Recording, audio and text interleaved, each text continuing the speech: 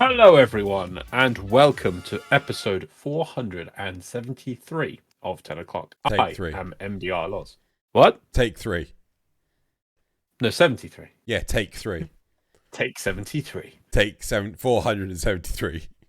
I am MDRLOz. This is Xeno, and we are going to mumble along about Warframe for probably about 2 hours. It's glad to see you here with us again. Yeah. Now, we begin every week, as we begin almost every other week, by looking at some pretty pictures, also known as emblems. Yeah. Which will appear on screen now. My God, there's some good. Mine's even got an emblem on the side of it. Yeah. It's actually seeing through the other person. Right. So there's Xeno's emblem. There is my emblem. Really? Yeah. No, I think yours wins. Mine's a cacophony. Yeah, but it's at least effort was put into yours. I tried. What was there? Was there effort? This feels like it just took a PNG off of. If I googled Ghost Rider, if you can get me that PNG, then yes. Hold on. If you can't, it's good effort. Hold on. We're going for a challenge here. Okay. Ghost Rider. While he is looking that up, I will explain search. that those of you at home listening in, if you wish to win 75 platinum, found what it. you can do is go. Not kidding. Go into the description of this video while Xeno pastes it to me on Discord. Hold on. You can go into the description of this video and you will find a link to a Google page. Please go on there and fill it in with which emblem you think you won, and also... There you go. Same image.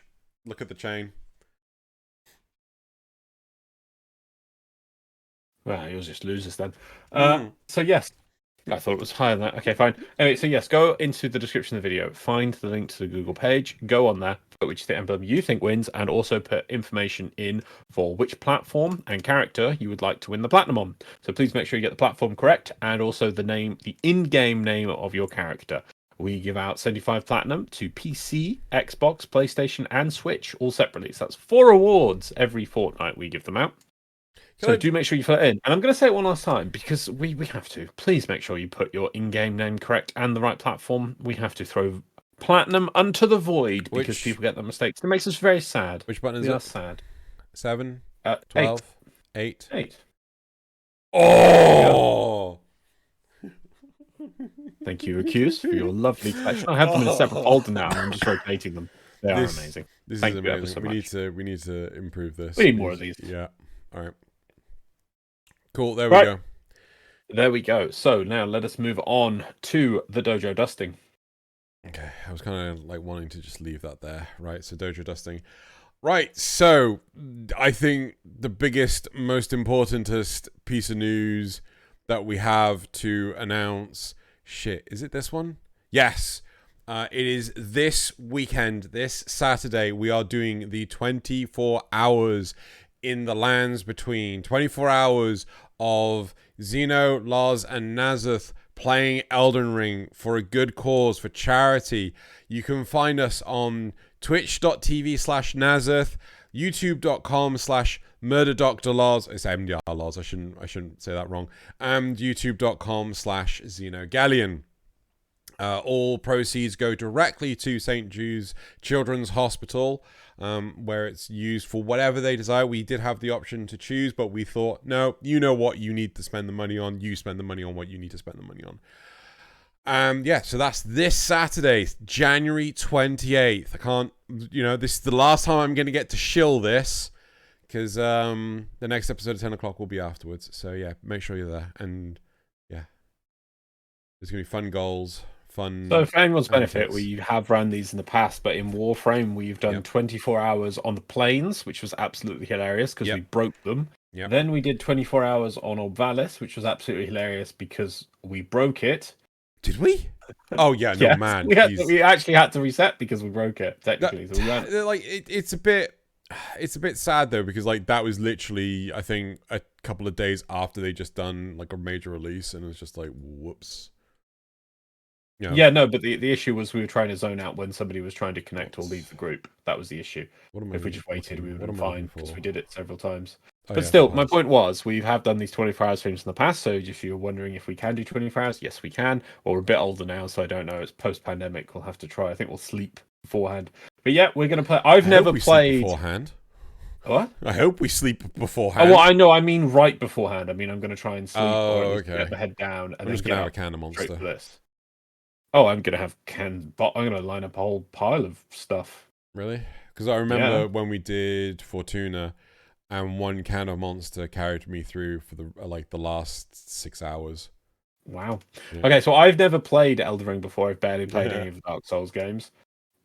Yeah, and Xeno's played a bit, and Naz has played quite a lot. So it'll be interesting to go between the three of us. We will have other people, which is people we know online. Xeno has his web of influence, who will be joining us probably every hour. Different people just to join in.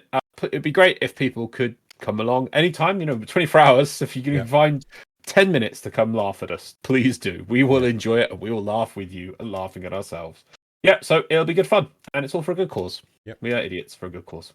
There we go. So that's enough. I think that's enough shameless plugging for that. So let's put that image away. That's for charity, man. It is for charity. For charity. But, yeah. Anyway, right. Other dojo dusting. So I think we alluded to that we weren't gonna necessarily do a 10 o'clock next week, but we've decided, well, considering it's a Friday, yeah. It's a Friday. We're just going we will do a 10 o'clock. So if there's a dev stream, we definitely will, because even if we just keep it a bit shorter and we just do the dev stream, maybe just like we did, we just do like one topic and we'll just keep it short. Yeah, sure. Yeah, we can definitely do that. That's not a problem. Yeah, or if it's just not much, maybe we'll just keep it one topic anyway and just keep it short next week because we prep for it. Cool.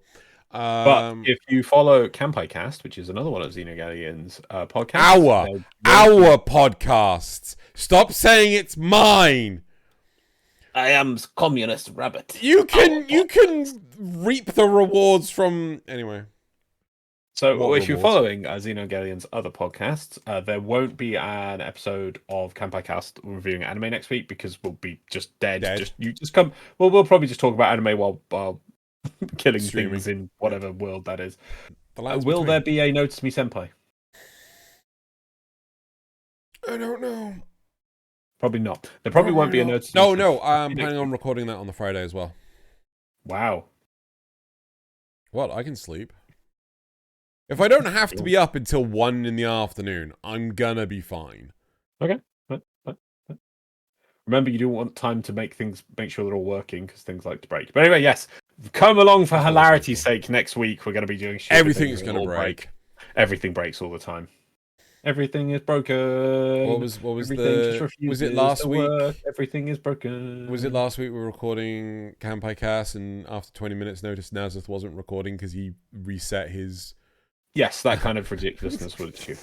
Right, do you have any other Dojo Dusting? No, I can't think of any other Dojo Dusting. We also have to get your live stream working. Anyway, right, let's go to the war report. Yes, I was thinking about that actually. Yes. Yeah, let's get the war report up. The war report. There is literally nothing. Yeah, we are in the January dead zone. This is when Warframe is at its deadest. I thank you all for so much for being here, and I'd love if we could actually provide with some new news or inspire or anything. But every year it's the same. I don't mean I'm not being. I know we are in general a bit negative at the moment with Warframe, but it's just January, and I'm not negative about that because it's just always a dead zone for Warframe. Yeah.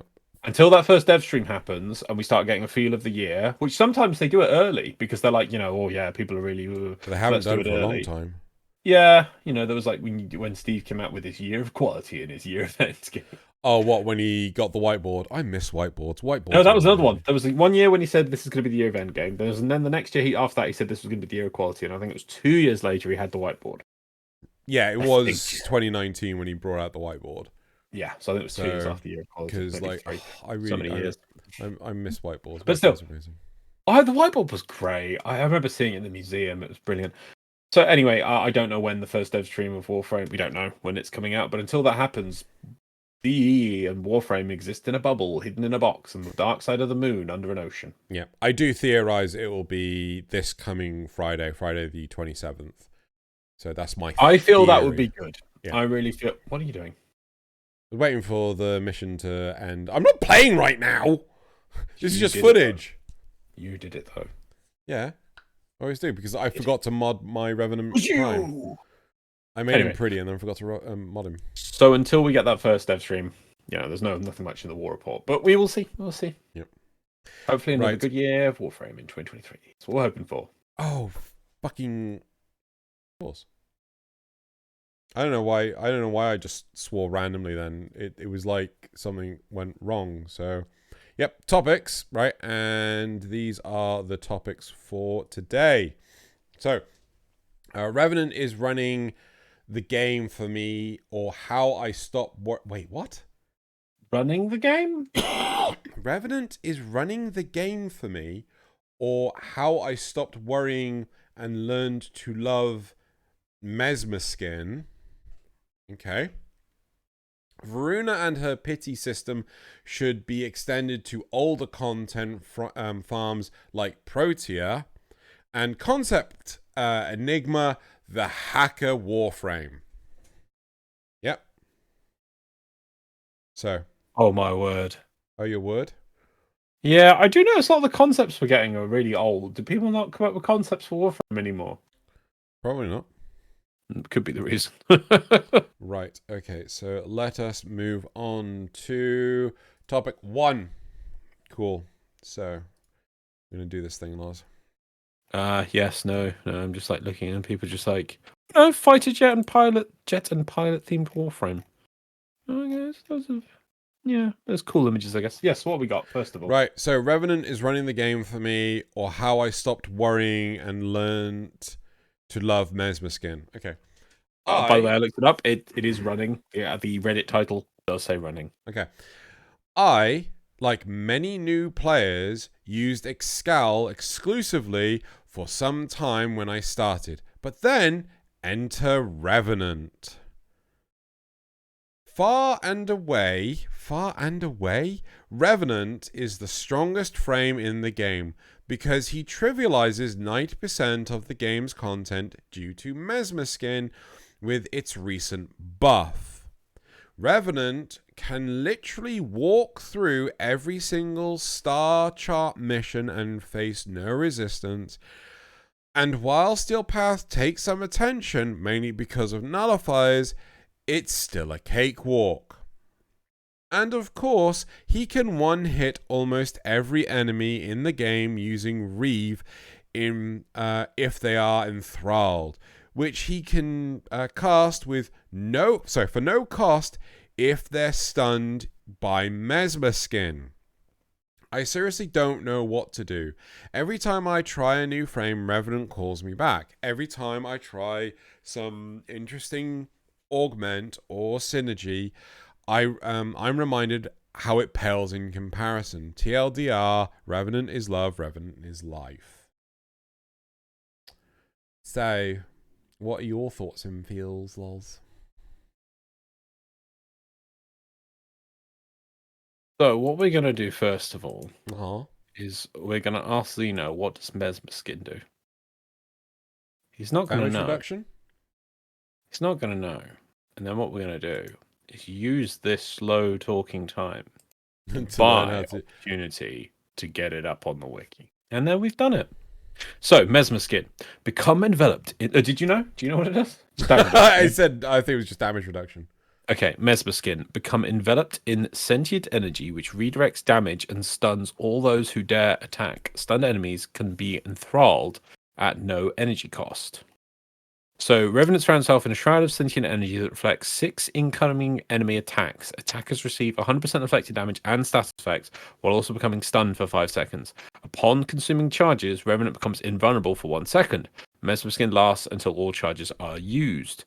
Number of reflect charges is affected by ability strength. Stun duration is affected by ability duration. Casting speed, natural talent, Invulnerability not affected by anything. Number of remaining charges is displayed on the ability icon. Tips and tricks. It's probably more beneficial to focus on ability strength rather than equipping health shields. Must high stability. Casting, okay, yeah. Does it say what the maximum charge is? For any non-integer number of charges, round up the whole number. For example, 255% power strength is 15.3 charges. And this is rounded to 16. Does make Revenant immune to self-stagger without costing a charge. Does not reflect damage dealt by status and objects created by enemies using napalm flame patches. Mesmer Skin converts knockdown from shockwave mower waves into a knockback. Mesmer Skin reflects damage from Scorpion Ancient Hook Shots as well as blocking their knockdown and pull effects. My word.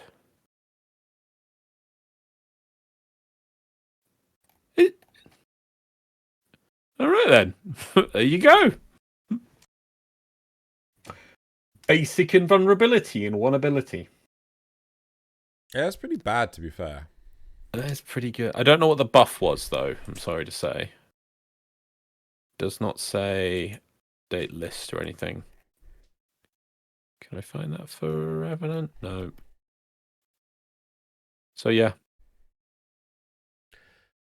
Oh, like,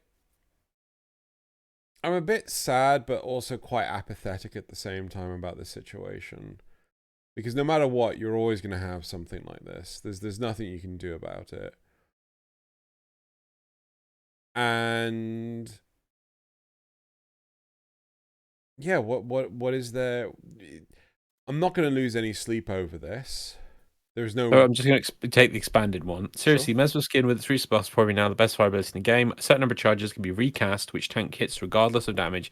You can forget about any health mods or whatsoever. Just keep recasting and you get low. Oh, and every enemy that hits you gets stunned. And of course, he can one-hit almost any enemy in the game using Reeve if they're enthralled, which can cast for no cost if they're stunned by Mesmer skin. I've been since obtaining Revenant not had to change, adapt, or tailor my build anyway. The game has boiled down to spawn, cast 2, cast 1, then 3 on tanky enemies. I seriously don't know what to do. Every time I try a new frame, Revenant calls me back. Every time I try something interesting, augment, or synergy, I'm reminded of how it pales in comparison. TLDR, Revenant is love. Revenant is life. But I mean, this sort of thing's always going to happen. Well, they buffed this. Why did they buff this? Unless they buffed it into this. I don't know what. If anyone knows what it was before and why it needed a buff, please, someone let us know. When's the original post? When was it made? 3 days ago. 3 days ago. I don't think there's been any updates. Yeah, but it could have been like a patch before Christmas or in the that's the only thing I can see. Prey. So I imagine whatever's on the wiki is probably what it is right now. Is the buff whatever the stats you're reading now is the buffed version? Yeah, probably. Seems a bit powerful to me. But then there's so many warframes now. I imagine if they attempt to buff something, this is just going to happen. Yeah, it's it's gonna happen regardless at some point in time. There's no. Is it a necessity for Warframe to be perfectly balanced? No, you don't think so? No. Why don't you think so? Because it's a PvE game, and trying to balance everything that is in there now would cause people to have a brain aneurysm. People being the developers or the players? Both. Both. Okay, right. I am pretty much in agreement with you. I'm not necessarily like. I think the players would just go, just move on to the next meta mechanic. I mean, I don't think the players particularly care too much. There'll be some whinging, but I think it would be such a headache for the developers to try and maintain a perfect balance. There's no point in doing it. There's just too much complexity to the game, especially considering it's very skill-based oriented. Whereas, a lot of games where balance is really needed are things like RTSs and RPGs. So where the skill is completely different. There's no aiming, right? So yeah, MOBAs and things, anything competitive.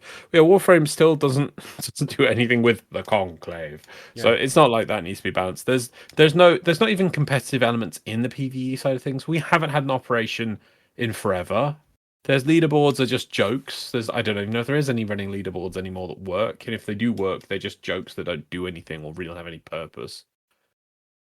Well, they're just there to be leaderboards and that. So, I mean, I'm pretty sure the ESO leaderboards still exist. I don't know if anyone ever runs them. Does it work? I have no idea. I've not actually looked, Yeah. So, is this the end of the world? I don't think so. Is this always going to be the case? Yes, there will always be another, top tier Warframe, and I think there are also going to be Warframes that people have a strong passion for. Like, you know, this is the play style I like. So yeah, I mean, good on you for liking it. Do I think DE should nerf this? Nah. I think DE should just let it slide, I suppose. I think the only point in time when they should nerf it is when it is too favorable. Does that make sense? Too favorable? Too favorable. Well, basically, it like the example of the Catch Moon kick guns.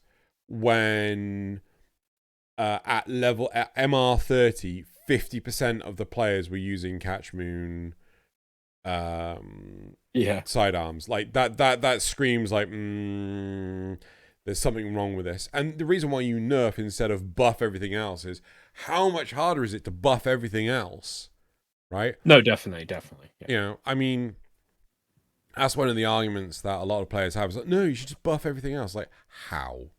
There are 100. How many guns are there, Loz? Actually, no, let's keep it to Warframes, right? There are like over 50 Warframes, right? Like, you want to buff 50 Warframes as compared to just nerfing one. I mean, okay, sure. And so this obviously for the question then becomes also like what content is this overpowered? It may be very easy to waltz through the star chart and it you know becomes easy to use. This person gets through all of the basic star chart fine. And then does it still work as equally well in Steel Path? Is it as useful? Is it that good that you can mind control these enemies and turn them into thralls, or is it enabling people, you know, to access and complete Steel Path missions way before they're supposed to?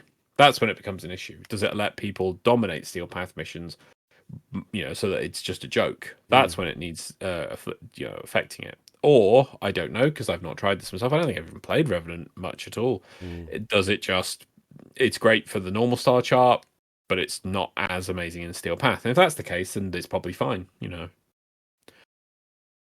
It depends what content it trivializes. And some Warframes are just gonna have to you know, the basic star chart is compared to what players can achieve, it's easy mode. It's ridiculous. You know, I bet even if they took all the mods off this Warframe using Mesmer Skin would still be very good. I mean, 5 enemies, 5 charges, that's the majority of what's shooting at you most of the time.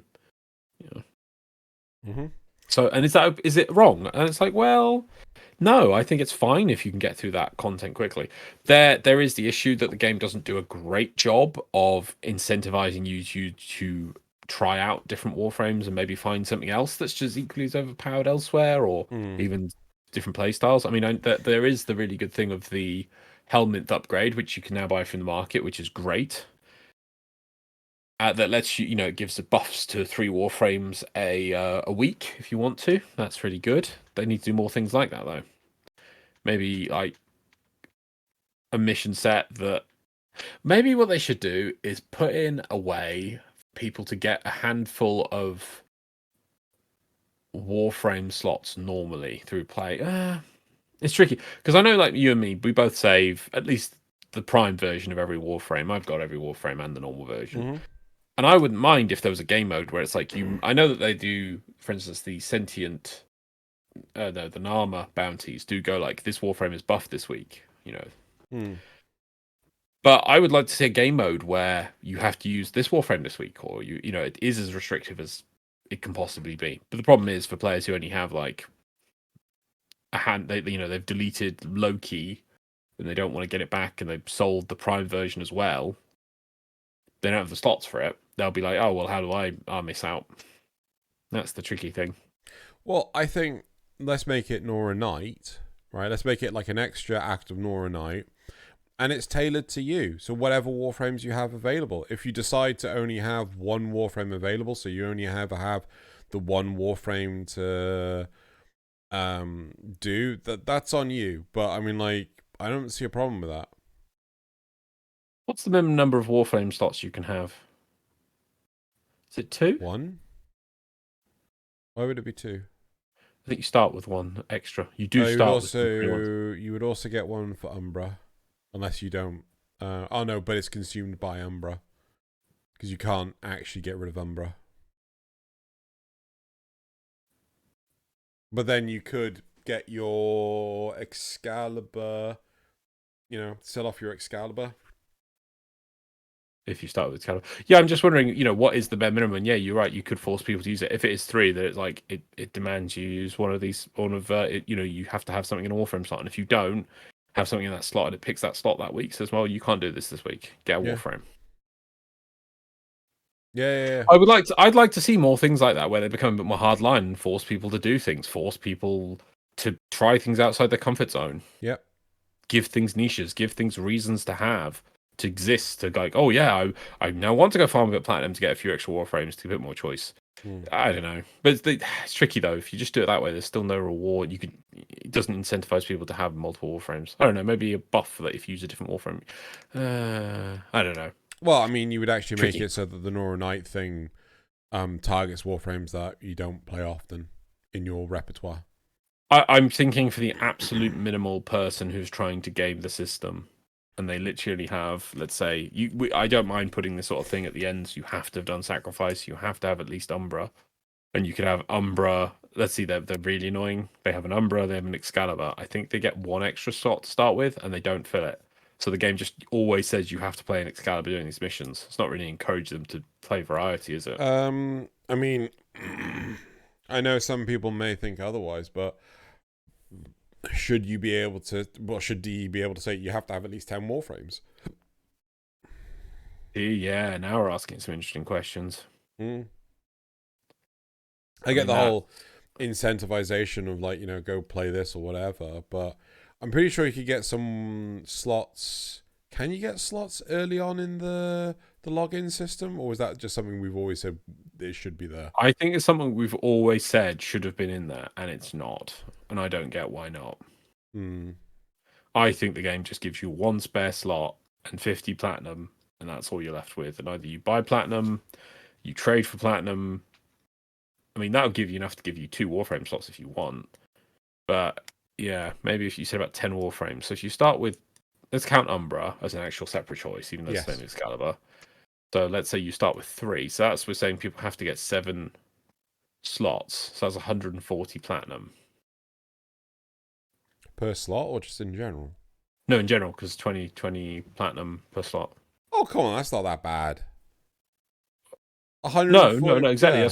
Yeah. That's the thing. So, but the tricky thing is the game doesn't. We're now saying it's very, very mobile, anti-player, anti-person, because it's saying, I know it's not that bad, and you can say that, whatever, but we're now saying you have to engage with the premium currency system to unlock game content.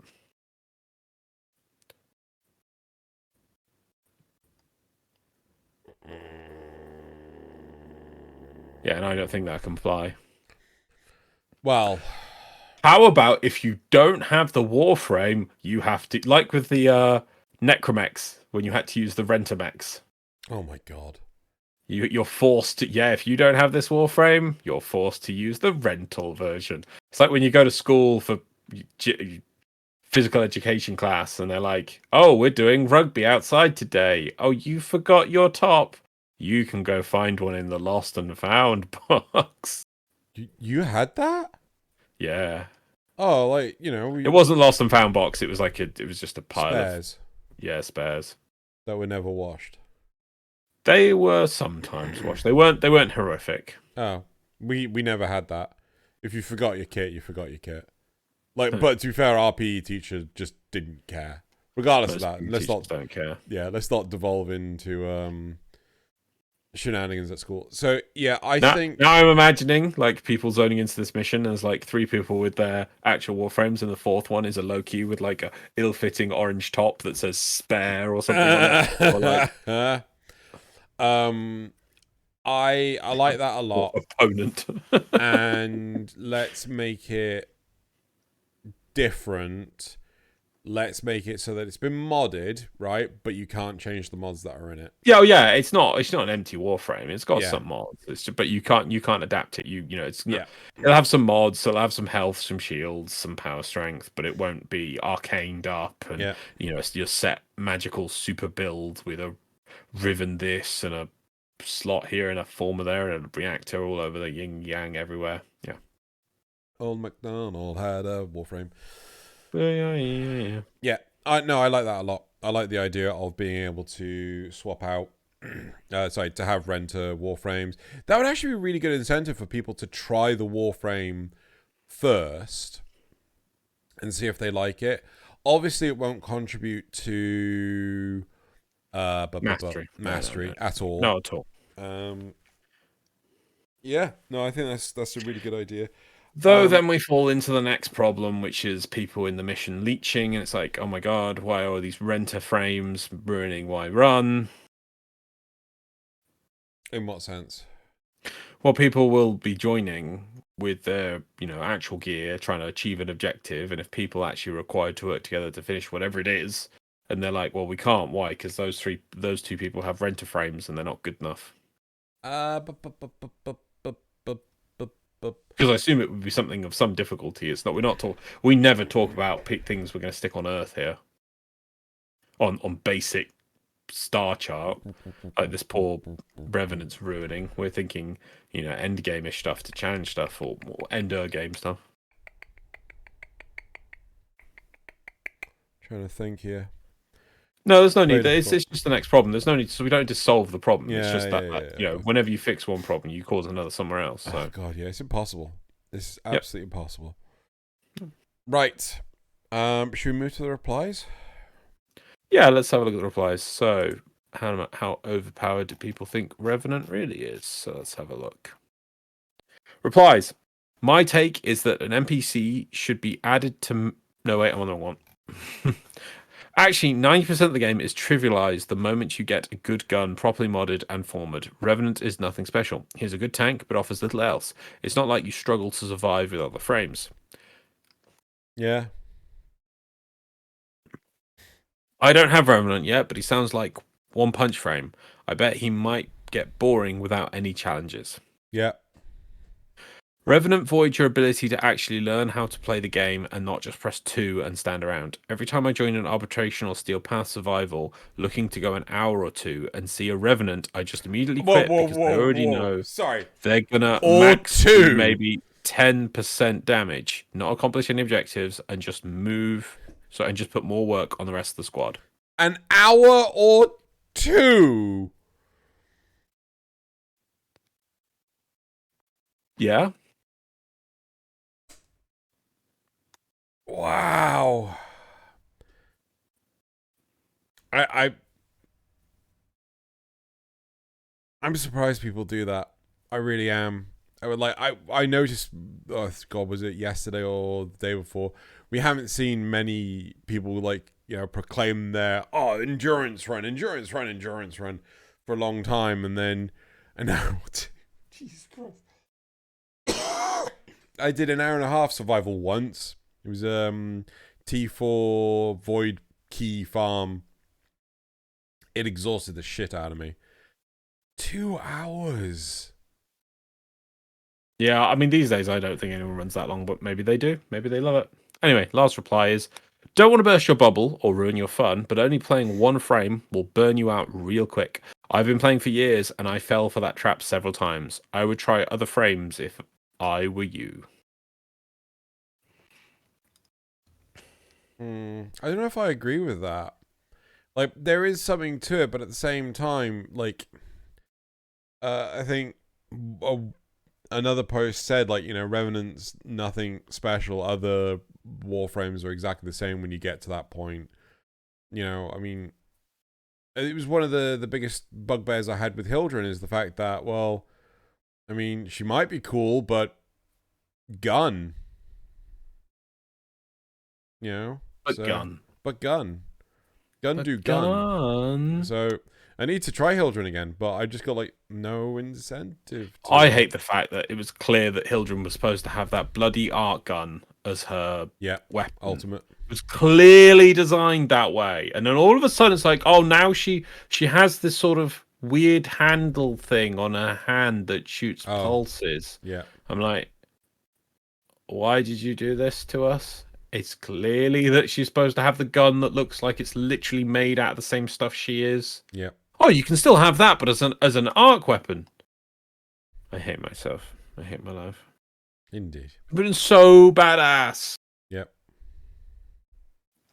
Pew pew pew. Isn't it the pew, lap spur pew. or something like that? That's the gun she has. Fail spur, more like. Yep.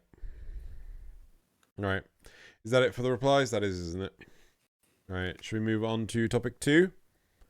No, let's summarize this. So yeah, I think it's fine that Revenant has a bit of a powered thing, as long as it doesn't affect later game stuff or difficulty.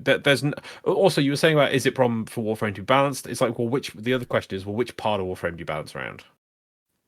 And the part that isn't in basic yet. star chart, the basic star chart is not really at this point something to be balancing around. So there we go.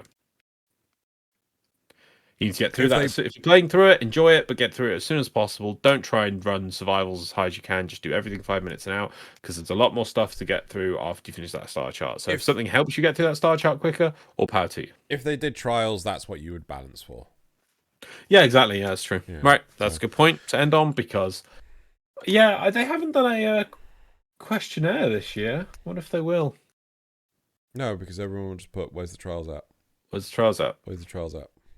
Right. Oh, that and Deviri. Maybe they should do it after Deviri. Nah, where's the trials at? Where's the trials at? Where's the trials at? Right, ready? Moving on to topic 2. Okay. Varuna and her pity system should be extended to older content farms like Protea. Can't we just use the spectral debris to buy the pieces after so many? I love the new stuff. Wait, what's the spectral debris? I have no idea. Okay. That will be the Fluothrax plasm. What? Why wouldn't they just put Luothrax plasm? Because they're saying how much they hate it. Okay, that's kind of a weird way. Can you just search the wiki for spectral debris? Just want to triple check this, right? I love the new stuff. Having come back to the game after a few years break, Zariman was brilliant. Sorry, it was a brilliant addition with some fantastic upgrades to the game, like extraction bubbles. Like extraction bubbles? Is there more to this post? Spectral debris is a thing. Okay. Spectral debris is a resource can be obtained by defeating errant specters. 5% chance in the Gran and Void. They're used in building components for the modular Hound companions. Okay, cool. So but that's not what you use for Protea. Oh, do you? Sorry.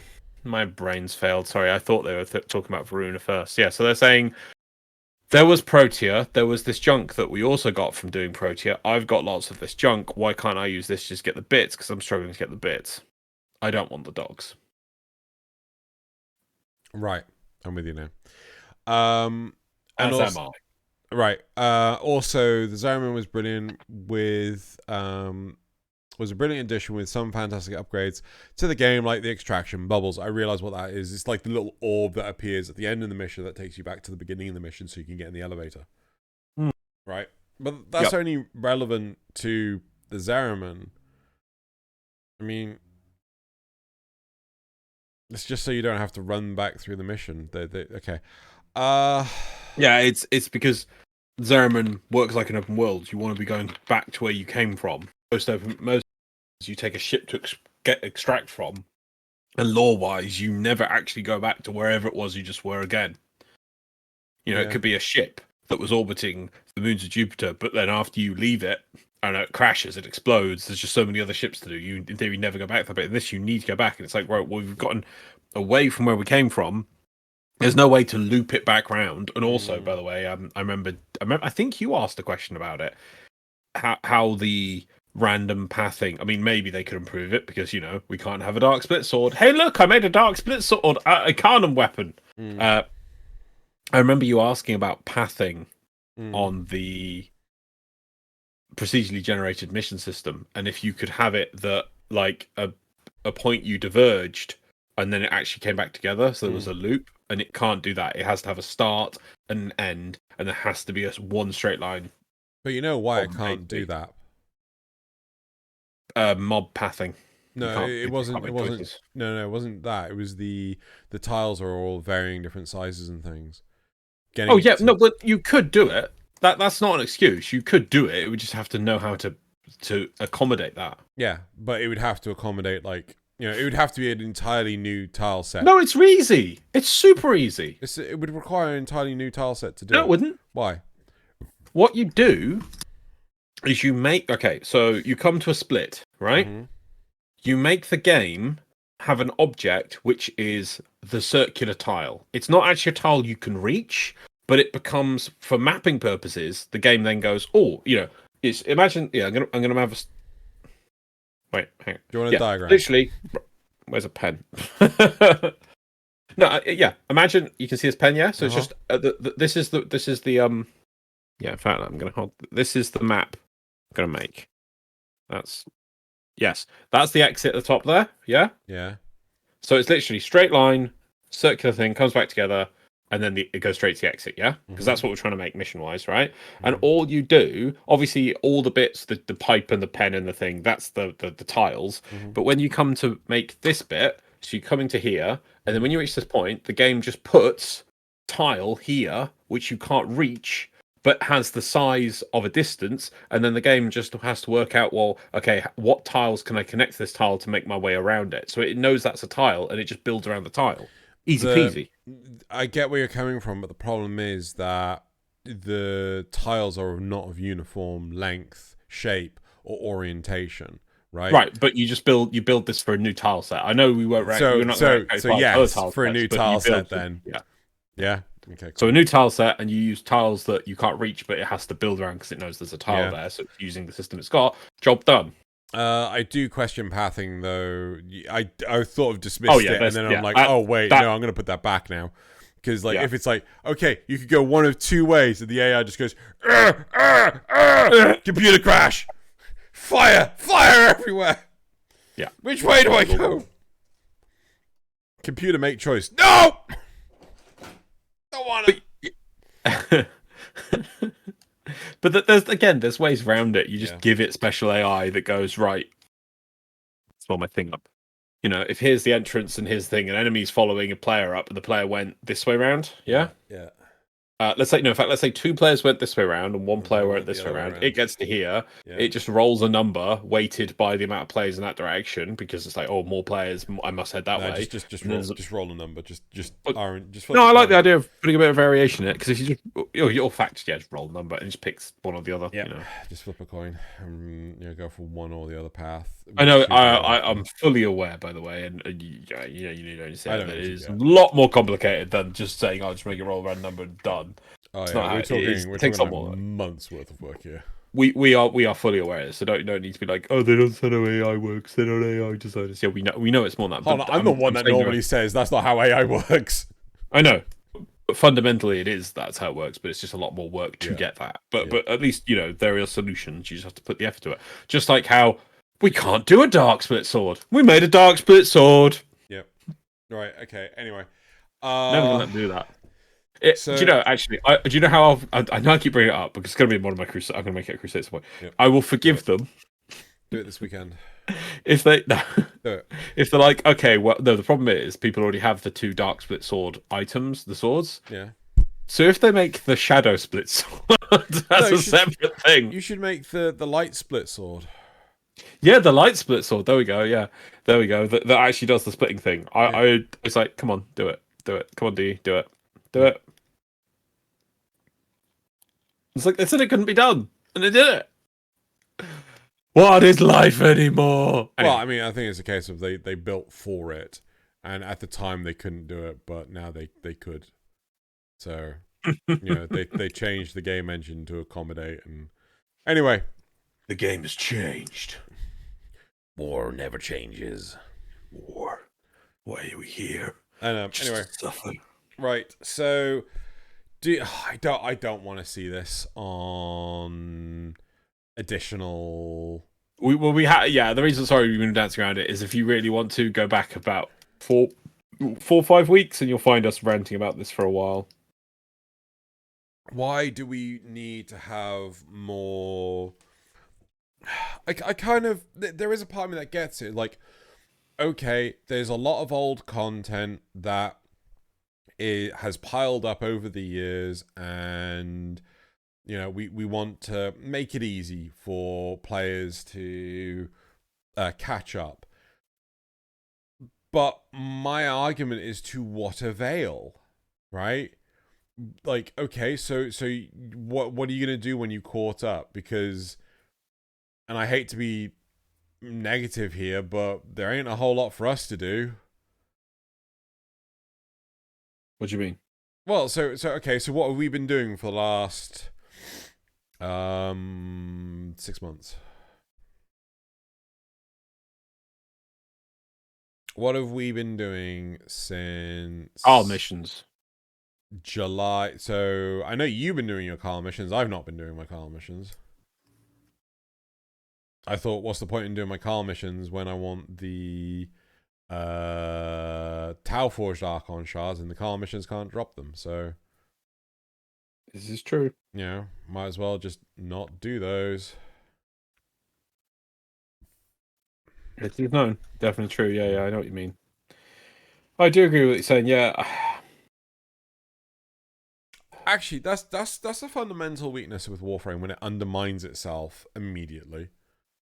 Like, well, I'm going on a bit of a tangent here, but hey, we've got this new system, these new collectibles, but you can buy the easy version of these straight away. Like, well, doing that just undermines the effort put in to get the harder ones. Or no one's going to go for the limited one because you can't get the harder one. Am I making sense? No. I feel like I'm fucking this up. Right, okay. There's two ways to get Archon shards, right? Yeah. There's I can get them with currency through Carl and his missions.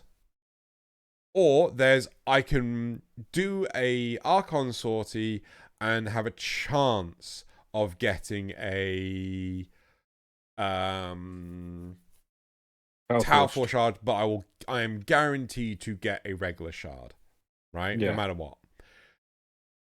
Do you not find it that it's a bit undermining of them to implement this feature to get to get regular shards regardless?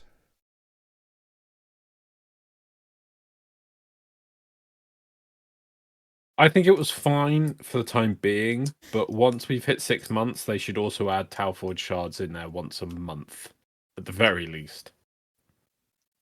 Once a month at the very least. Oh, it does. You can do the math on it, but it doesn't matter either way. I know that it used to be like, and I agree at first when it just came out, it's like, oh, I can't get 5 Tau Forge shards within 2 minutes or within 1 week. This is just broken. Oh my god! And it's like, well, what are you going to use them on? But that argument also, as time goes by, when that content is now 6, 8, 10 months, 12 months old, it's like, well, why are you making me do this content for over a year? Yeah. No, I agree with you. Especially when the content that comes out may or may not require the Tau Force shards. It won't. No, I don't think it can, because they've put such a huge time staple on it. So this is the time requirement you used to do it, but that's the time requirement of now, and they don't want to upset the player base because, oh no, you're undermining the effort that I put in. Well, congratulations, life innovates with time. There's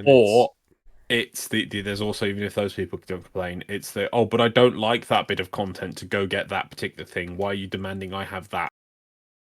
Like, there's some people might like, you're demanding I have to have arcanes now, but I don't like getting arcanes. I don't want to do that. Oh, you demand I have arc guns now? Oh, but I don't want to do that bit with the arc guns. I don't like it. I don't like arc guns. I don't want to do that. Oh, you're demanding I have an arc wing now? Oh, I don't enjoy arc wing, so I'm not going to do it. It means you can't make it mandatory. You can't put like arc wing sorties in. Oh, what? Demanding railjack now? Oh, but I don't like railjack. I mean, at the very least, people at least can just purchase a railjack and a necromech and just ignore them. But, demand people, you have to play this content, so you better upgrade this thing. Oh, I don't enjoy that content, you can't make me play it. I want to play Warframe. Not spaceship thing. It's like, no, but it's part of Warframe. No, Warframe is I just shoot things. It's so annoying. That's why we can't have nice things. Yep. But at the same time, though, I'm against you on this. I think there's nothing wrong with making this pro tier again. Not right away, but now it's been out for so bloody long. If this person is struggling to get pieces, but is sitting on a mountain of these stupid spectral fragments, then let them trade it in. Why not? Okay, what other Warframes would you do this for? What other content in general? Kick guns? I would do it again. I don't want to rehash the entire argument before. Yeah. I've already said my thing on kick guns. I think you should be able to make as many parts in a day as you want. And the key thing is the not newness of it. When new content comes out, nah, don't give it a thing. Fair enough. Don't give it a thing at all. I don't mind too much. But once it becomes out for 6 months, the whole game needs a small team of 3 people to sit down and say, right, this is how much play is in the game. We're now actual team is working on adding this thing. We expect that to add 20 hours worth of play. New player comes in, has got to do this much to get to there, or this is how much we're expecting a player to do. Do we need to reduce any of it? Does anything need to be adjusted? There should be a team of 3 people that come together, and they first of all, they need to do a big job. Let's do the whole thing. But they also then, any new content comes out, they need to be like, right, okay, that content's come out. This is now, let's say, 10 Warframes before. That's what, 2 years worth almost? I have a proposition for you. Okay. What about a vendor, right?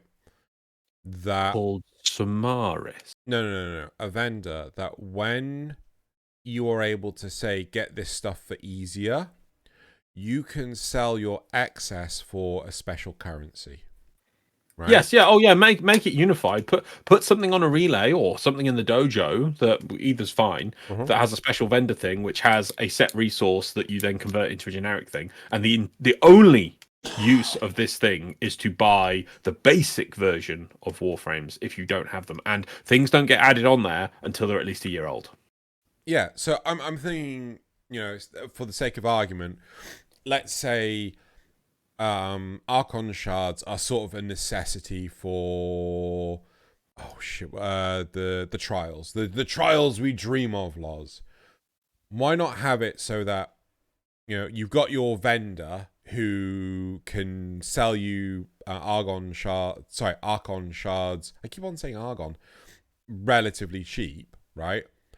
But you can sell, if you're a veteran player and you've got like a bajillion of these things, you could sell your excess for whatever special currency, which can be used for cosmetics or something. Yeah? Well, I was specifically going for, you're talking about excess uses of existing currency and giving people rewards for them. That's not what I'm talking about. I'm talking about old content being made easier and not being D makes the game, and as we know, they extend the length of certain bits of it so that it is more time consuming than it needs to be, so it gets dragged out. Rep caps things. They need to reduce those pitfalls because they just forget about those pitfalls, and they've got a road, and they're hiding the potholes by putting tarpaulin over the top of it. Sure. And they're just going along, and at no point do they go, oh, we're there's about 75 different potholes behind us that take people that keep falling in to climb out. Should we go fill any of those ones? Because the plans say to add another 10 potholes going forward. I agree. They never go back and fill any of those potholes. It's nothing to do with the cosmetics things. That's a completely different thing. No. Sorry. Because the next thing I was going to say, which was I thought you were on the same page with me, but it doesn't sound like you were. I was going to say let's put it in the dojo, or no, let's put it in a relay. Let's make it a permanent person, not like Maru's new friend or something. Yeah. But the restriction is because the next worry is that it's then a new resource and everyone dumps all their old billions because that people can farm things too much. There's only a limited amount of these things. You can only get, let's say, 3 tokens a month. And each token be exchanged for one thing of an old Warframe.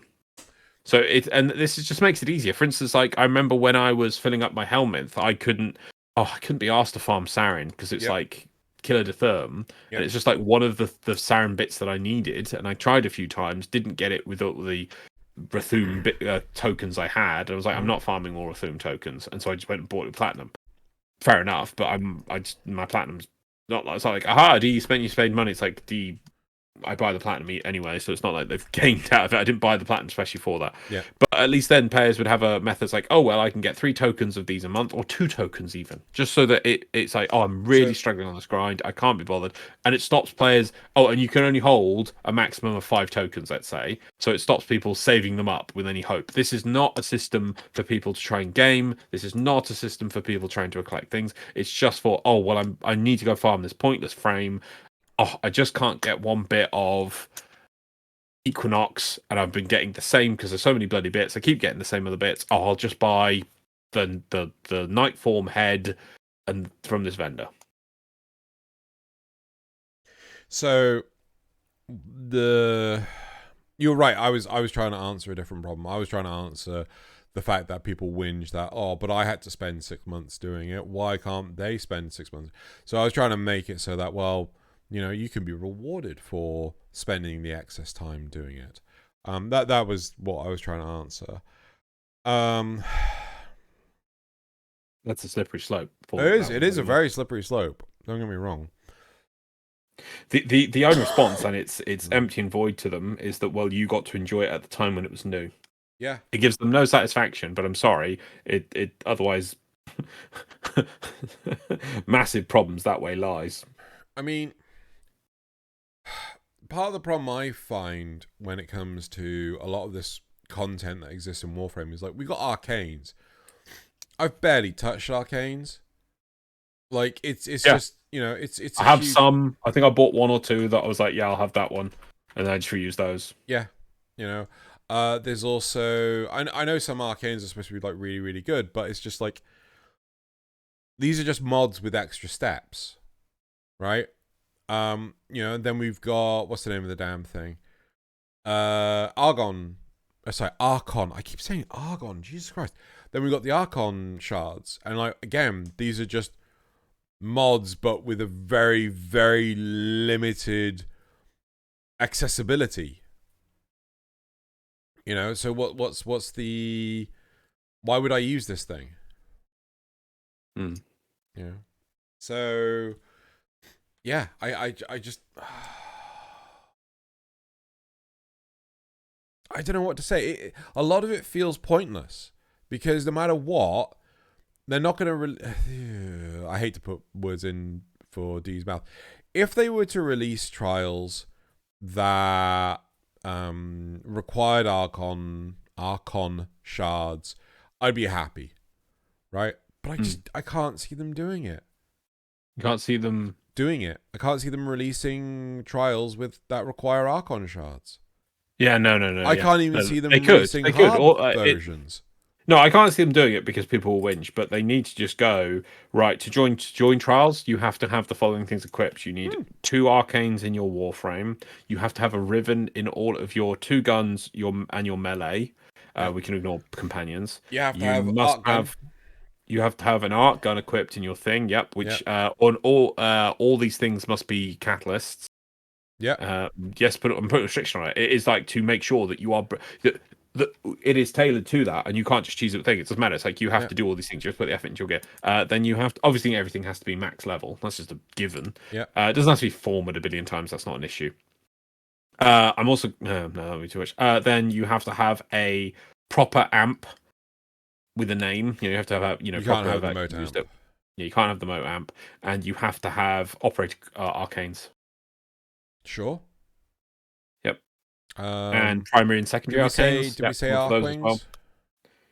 Oh, you gotta have an Archwing. Necromech. You gotta have a Necromech. Yeah. You gotta have everything. And it's like the game just says, like, no, you have to have all these things to get in there. Yeah. And it's like, oh, well, blah, blah, blah. I know that the Railjack and the Necromech are used for entry to submissions, but yeah. No. Anyway, that's nothing to do with using these resources back. No, it's the whole point I'm making is that, you're answering another question.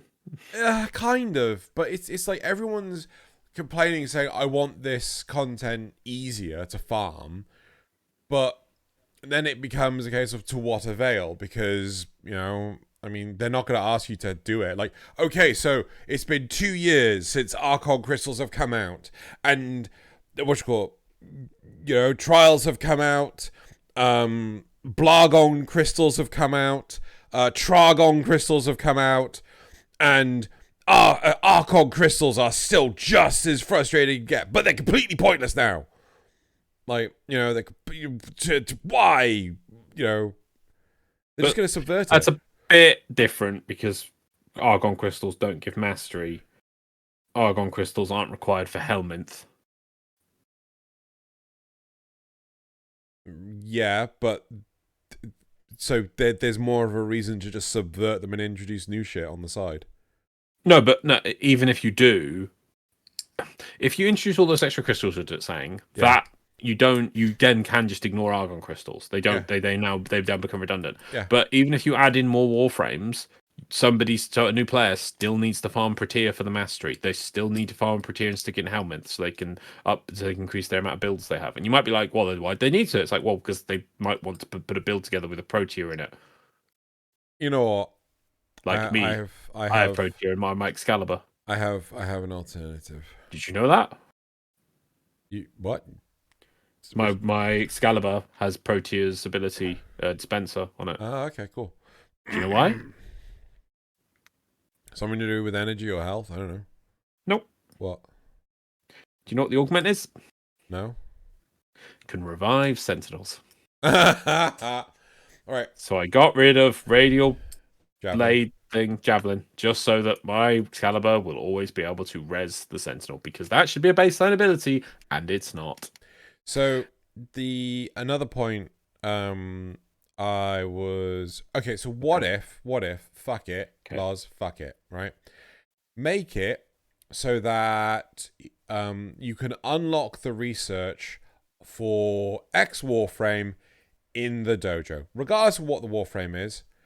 It's been out for 3 years. Let's just put the research in the dojo, so you can let's just skip doing Parvos Granum. I didn't say just put them in the dojo. No, I'm saying it. Because, okay. No, I'm. Why not?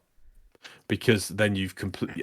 My system wasn't to subvert the system that existed. Yeah. It was to make you play it, but to remove the frustrating grind of. I think you had to do Nova grind, for instance, originally to get Nova like 60 times. 28. It wasn't the 60. 28, okay. I think I doubled it. I was going to go for 30. And then my brain was like, nah, it was super hard, like 28. Okay, so it would just remove the difficulty of that, because you could do it, let's say, 5 times. You're like, damn it. I can have a maximum of, 3 of these tokens at a time. I've got 1 left this month. I'll spend it to get the damn bit of Nova so I can move on to another piece of this game to enjoy it, instead of bashing my head against the same piece of content because RNG failed me. That's all I'm asking for. And it doesn't subvert the existing system. You could, but it would take you a long time to do that. It still makes you. I'm not saying, because if you just said, you were saying put them on the dojo, like put them on research, then you just.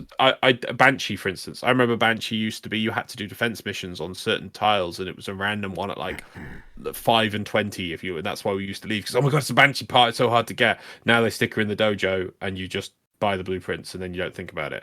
So I'm not asking to completely subvert the system by that. That's why I cleverly came up with a system which works in tandem with the existing one. But I liked I took your idea, which was good, about a generic vendor, and then expanded it and kept it like it. I get that. Don't get me wrong. I do 100% get that. But my question to you is, well, is there a reason still for the player to just bash their heads against the old content? Yeah, they can't. No, there's no point. No. The only point is if, I don't know, if DE is proud of the crazy amount of time it takes a person to go from start of the game now to absolute completion, thinking, yep, that's our goal, is just to make as much content in this game as possible, so that it just makes people go, oh, well, I've got to do this, and I've got to do this. Not at all, considering the fact that the more stuff they put on just, oh, it's another Warframe to grind. Oh, well, it's just kill this boss now. Oh, kill this boss now. Oh, okay, I better kill this boss multiple times and just get bad at energy. It's just like, no, players don't want to do that. I can go play another game which can be better value my time. To be honest, I think the biggest issue for new players is actually the mod system more than anything else. It's not. Oh, exactly, yeah, and that's another thing. It's that's why I said there should be a team of people who should be looking at things. 3 people whose a side job is to come together and say, for a new player, is that too much? I mean, it was great when Steve did some new play experience. I think he did it for like a few weeks, and then he gave up on it. No, he did it for a few months. He did it for a few months. Okay, before people basically, I probably had enough of listening to people just screaming at him like, "When you gonna fix Hydroid? need to fix Valban, Steve. Steve, build Valban and then fix him. It's like, yeah, just let him play. Just let him play. But yeah, no, I think they should retain people. And every time there's new content, they should need to reassess it. And it's the same thing. Look at what World of Warcraft does for WoW expansions over the years. You know, they put one of the basic things is when a new expansion comes out. I know, for example, the previous expansion gets the experience to reach max level. And that expansion reduced. They remove some quests. They adjust some quests. They remove a lot of the what's the word? A tuning for dungeons and things to make it easier. That if you want to do that content, it's not the same now. This is the current content that still exists. It's not gutted completely. It doesn't just hand the whole thing to you on a plate, but we're making it more realistic because we want to get you through that content onto the current content. That's the goal. Warframe doesn't do that. It just goes, yeah, there's a pothole, load and mess. Just leave it there. Then look at what look what Blizzard have done now. They've gone right. Well, now billions of expansions in. Do we really expect? Oh no! First of all, then they kind of adjusted it. It's like, okay, you don't have to play all of this content. You play a bit of this, and then you can skip this, and this opens up at this level. So you need to get max content in this expansion. And then they've gone, okay, do we really expect players to go through all our bloody masses of expansions one after the other? That's a bit ridiculous, isn't it? Right? And then they cleverly came up with a Chromie system. Brilliant. And then they put in a new starting thing that jumps you, did the starting thing, and then onto the last expansion, reworked to be a leveling system, and then the next time you get other options later. I'm not saying Warframe needs that exactly, but do you see how they have reassessed what they wanted players to do and what content they want players to do it in?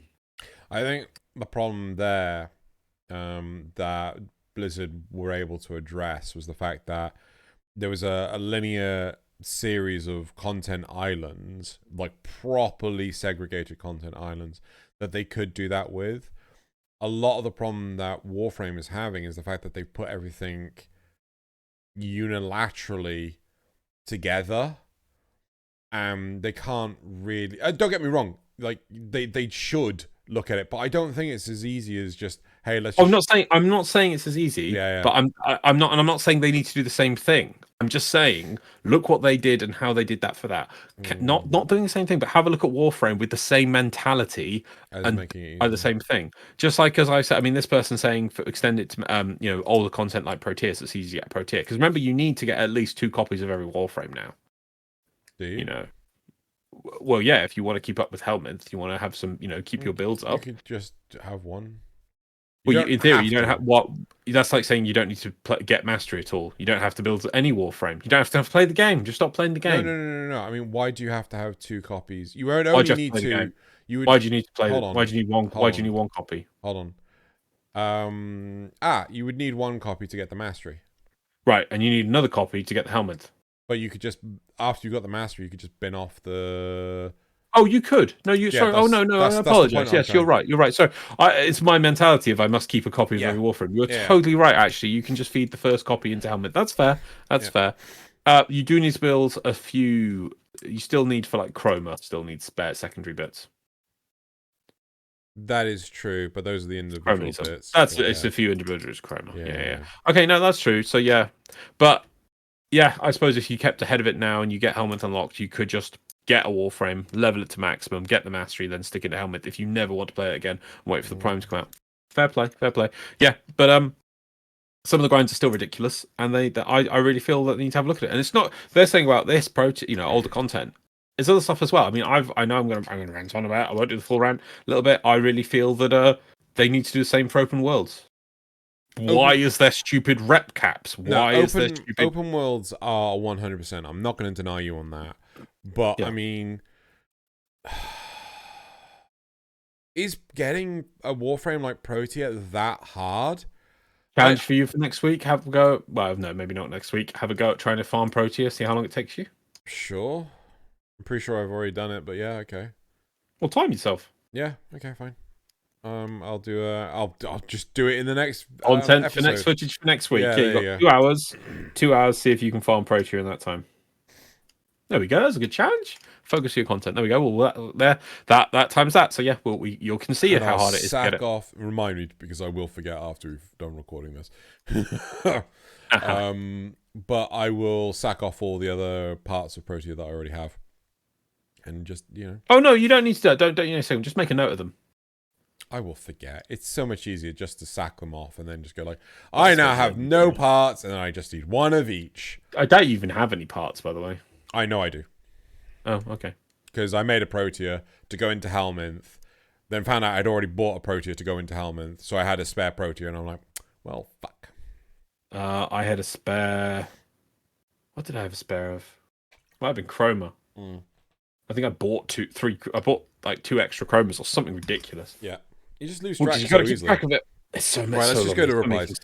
Yeah, but anyway, yeah, so we've tested that. We're gonna take that to the science. Right, replies.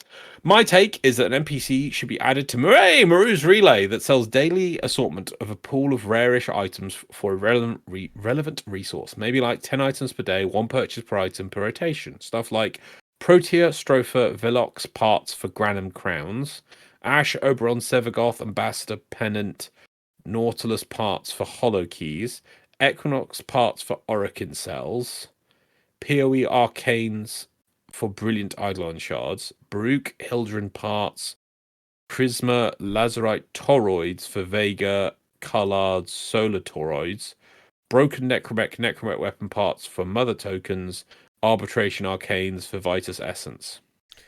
Some of these are just non-comparable. I wouldn't. Yeah, you're right. I wouldn't put it on Maru's Relay. If you're gonna put those things in with the relevant resource that you do the grind for, it has to be in the same place for some of them. It doesn't make sense to bring Mother tokens and get Necromech parts from Maru's Relay. Just put that on like Lloyd or something. Sure. So Orokin cells, you're fucking kidding me. Yeah.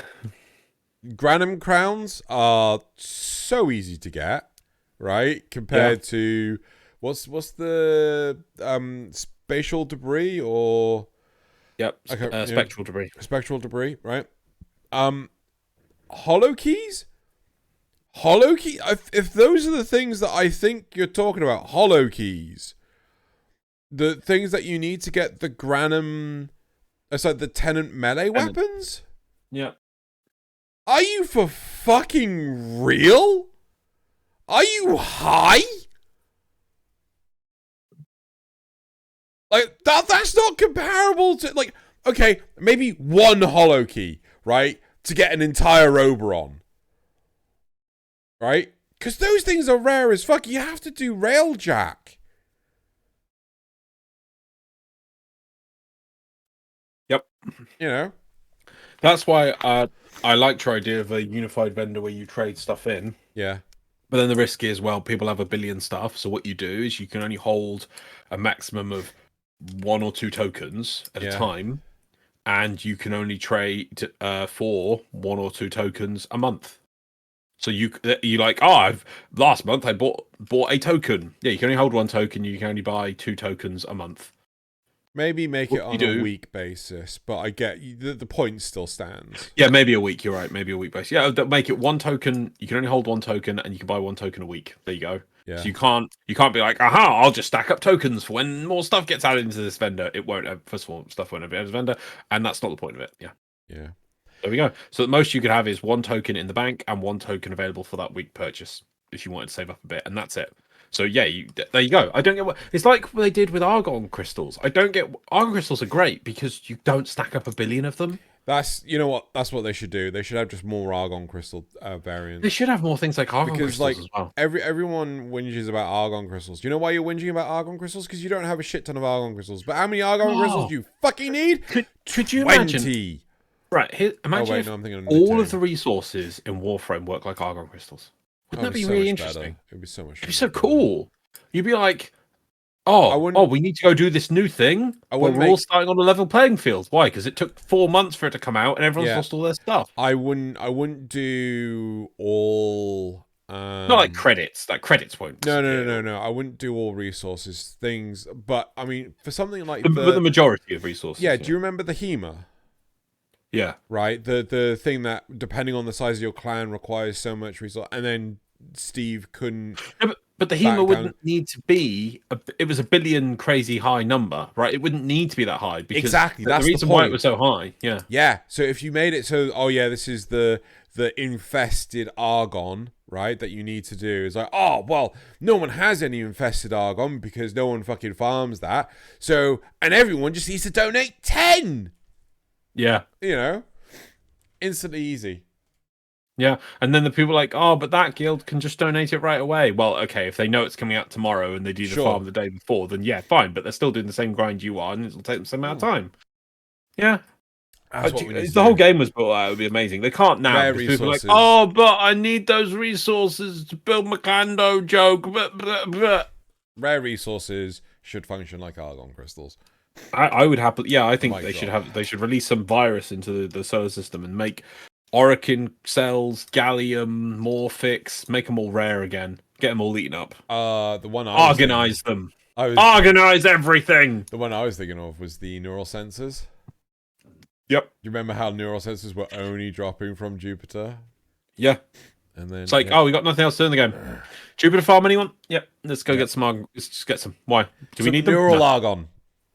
Neural argon. Neural yeah. I was argon. like, neural sensors are the best. They were fun. It was like, and you felt so good when you got me. Like, oh my god, some neural sensors. I got Oh, a it's so neural good. Oh, Alan V dropped a neural sensor, everyone. Oh, can you remember when control modules were rare? No. They used to be. It was amazing. I remember when I was first going through the star chart and I was getting through Jupiter missions. It was one of the last few nodes on Jupiter, and I was doing it solo. And then I opened a canister and it had 2 control modules on. I'm like, oh my god, I'm 2 revives down. Yeah. I'm low on ammo. I need to get to these. I need to get to the exit to get these things saved. If I die twice, and it was hard then, and literally I did die. Now, if I died 3 times, that'd be it. And I died twice more getting to the exit. Yeah. I was like, oh man, it felt good. Right. More replies. In cases like these, save yourself some time and a lot of frustration, and farm the Plat to buy said items, and just purchase with platinum. Certain things aren't everyone's ideal fun grinds, or the game's RNG can be seriously hate-us at times. Worth the Plat, in my opinion, at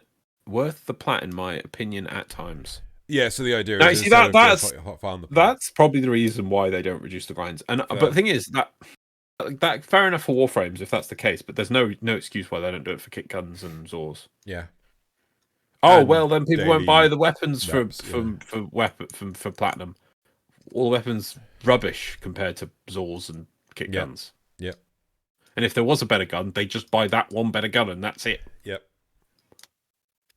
I had to scratch my head and try and remember what the spectral debris was even used for to begin with, lol. Building hounds, which is basically meaning it's never used because you get the pre-built hounds from the sister anyway. I always thought it was a weird system. Sister anyways, and the modular effects are so minuscule as to not matter. Yeah, that was another thing. It was the same thing with the mowers. It's like a good idea, just done so poorly. Uh-huh. I just hate the look of them. Yep. They should be like Zanukas, and they're not. Yep. And the mowers, they should look like Corpus mowers. They look vomit-full, I'm sorry. Yep. Basically, with Varuna farming and arcanes that drop from those survival missions, you get Lunar Thrax plasm drops that can be used to shop for arcane/parts. So if you're unlucky, you'll stock up a lot of that plasm and can use it to buy what you're missing instead of endlessly farming for that one piece you need. Yeah, that's Varuna farming in a nutshell. Yeah. Why is that there? Okay. Cool story, bro. Weird. Right. It's just the piece system. Should we move on to the concept, because we have spent a long time on this one. I think it's like 40 minutes, 45 minutes. Fair enough. We're still low on time. It's fine. Cool. Right. So we're going on to the concept. Enigma, the hacker warframe. I don't know if there was any art for everyone's benefit. This is a concept from 2014. Wow. So we got the lore. It began as a faded memory. The shadow. Oh, sorry. 8. 8. He says 8. 8. 9. 9. 9. There we go. So the lore. It began as a faded memory, a shadow of thought reminiscent of the old war, suspended in time, locked away, just as Tenno had been for centuries past. But as time passed, one awoken Tenno in this new era of warring empires bent on domination and profit discovered the depths of... Sorry, my throat's going. Can you do it? Okay.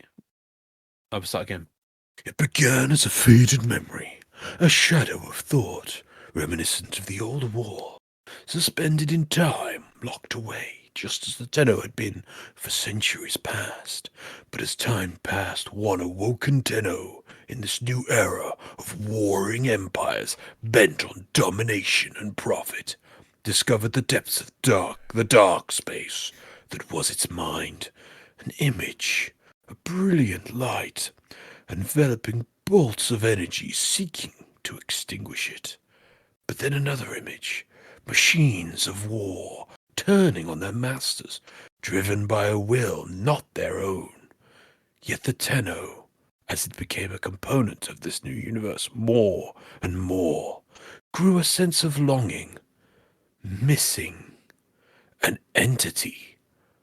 But it did not know what. Time heralded more visions, each more vivid than the last, yet each only contributing to the sense of loss that festered inside the Tenno. Orokin cringing in pain, their own technology bringing them to their knees, waves of their own creations gathering around the shining light, submitting themselves to its devices. But again, the sense of loss only expanded in the Tenno. Time did not heal it, and the memories did not relieve the pain of its shattered mind. The Tenno, driven to the edge of sanity, fled from its brethren, fled from its lotus, a fallen warrior, cursed to wander space, searching for the fragments of what it once was, until the final revelation came. There had been a beginning when it was created. The Orokin masters had brought the Tenno, contained within the armor that kept it alive, to their last experiment, a room with a single pillar standing in the center of all its golden walls and pearl windows. Tenno, reliving this memory, filled with a feeling of belonging at the sight of the obelisk, for the Tenno then remembered what came next. They had brought the Tenno forward, raising its hand to touch its surface. The tower shined, disintegrating into nothingness, while the Tenno fell to the floor, two minds no longer anchored to their physical form. Moments felt like eons as they passed. But then the two met each other, and one was created. The Tenno had risen, its armor pulsing with energy as the lights flickered for only a split second. Outside, the sound of firing laser barrels rang out, and in response screams cried for help. But the Orokin masters only smiled in accomplishment. Their experiment had succeeded. Keep going. Oh god, is there more? Yeah. That was a cool ending! Oh my god. Oh, here we go. All the memories that arranged themselves like a sequence in a code, and the Tenno was drawn to the stars. Time blurred together as the lone Tenno's Lisette set off. It was like returning home after years away. When the Tenno reached its calling, its journey ended at a derelict ship from the era of its old masters. Driven by an unstoppable will, seeking its peace of mind, the Tenep. That's what it says, Tenep. Okay. I read the teleprompter. It's Isn't that Tenep. temp? Not Tenno. Temp. It's Temp. Temp. Temp. Temp. Temp. It's Temp. the Temp. Temp. Maybe that's two M's. That's Temp. The Temp turned up at this point. The Temp ended the infested that dwelt there with gun and blade. At long last, after hours of navigating the forgotten corridors of ship, the Tenno stood before a single room. The door hung halfway open, inviting the warrior inside. Therein the Tenno found a familiar luminescent pillar, the manifestation of its hope. A swift swipe of an ancient control console yielded the Tenno's prize. A small levitating artifact slid out from its prison, and the Tenno slowly reached out to it in wonder and anticipation, as a child would be to a gift. Upon its touch, the artifact evaporated from the air itself, and the room fell dim. Yet the being was reunited. The warrior kneeled down, resolved at last. It was no longer alone. It was one once again. The being felt the struggled breathing of the ship's life support system and was lulled into a state of meditation by the hum of the engine several levels below. Suddenly, a weathered exterior camera brought a vision forth to the Tenno. It appeared to be another of the Lotus's vessels, headed directly for the derelict. The Tenno turned its head as if listening for a distant sound, and overheard comm chatter. It was the Lotus herself. Stopped here.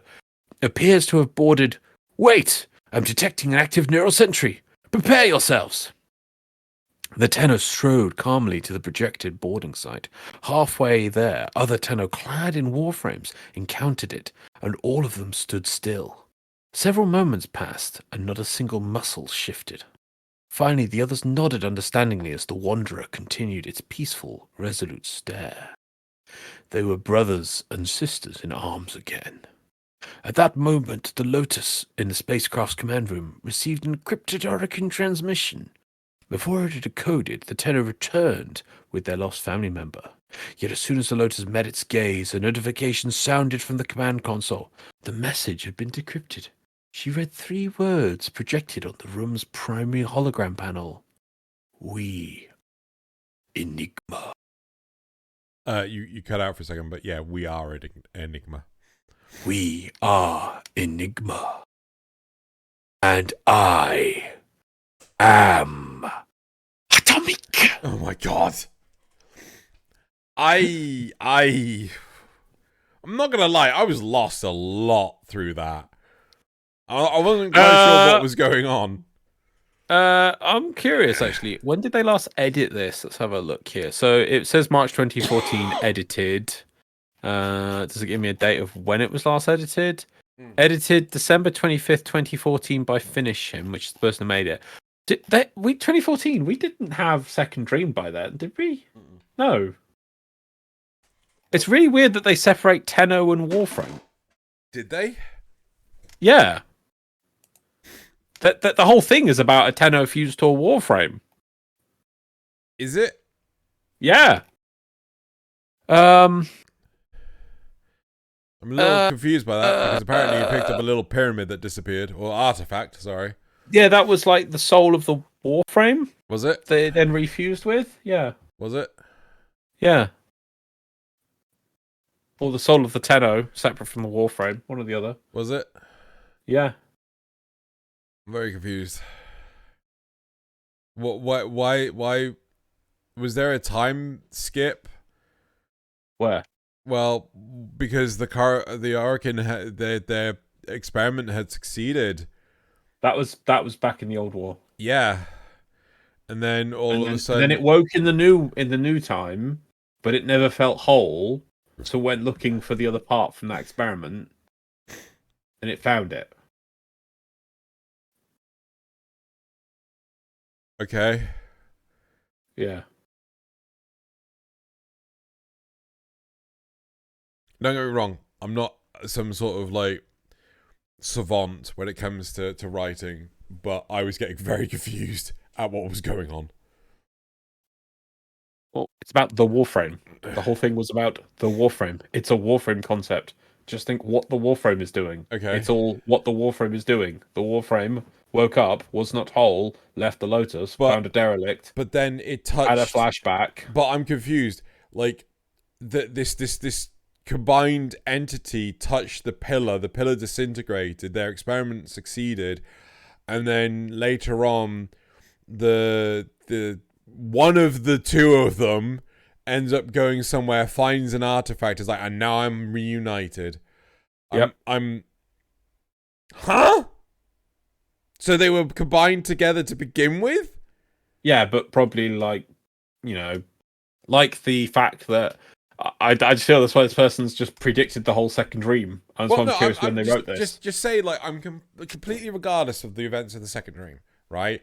It feels weird that during the course of the old war, like, I don't understand the motivation of anyone except the one Warframe at Enigma who wanted to be reunited with its past self. That's the only motivation I understand through the whole thing. So from what I understand is that this person seems to know that Tenno were different from Warframes, weirdly, in 2014. They were like, oh yeah, well, obviously there's Tenno and Warframe, and obviously we know those words, we didn't know what the difference was between it. We were like, maybe we're a disembodied voice or something, or a soul or something. They were saying how in this one, the Orokin, instead of just like allowing one to control the other. They actually fused them. That's what the pillar did, or whatever, And that's why this one was different. That was the experiment, to make a Warframe that was actually properly fused. But then, obviously, part of it was put into a pillar separate from it because maybe it was too powerful, and then so as a test.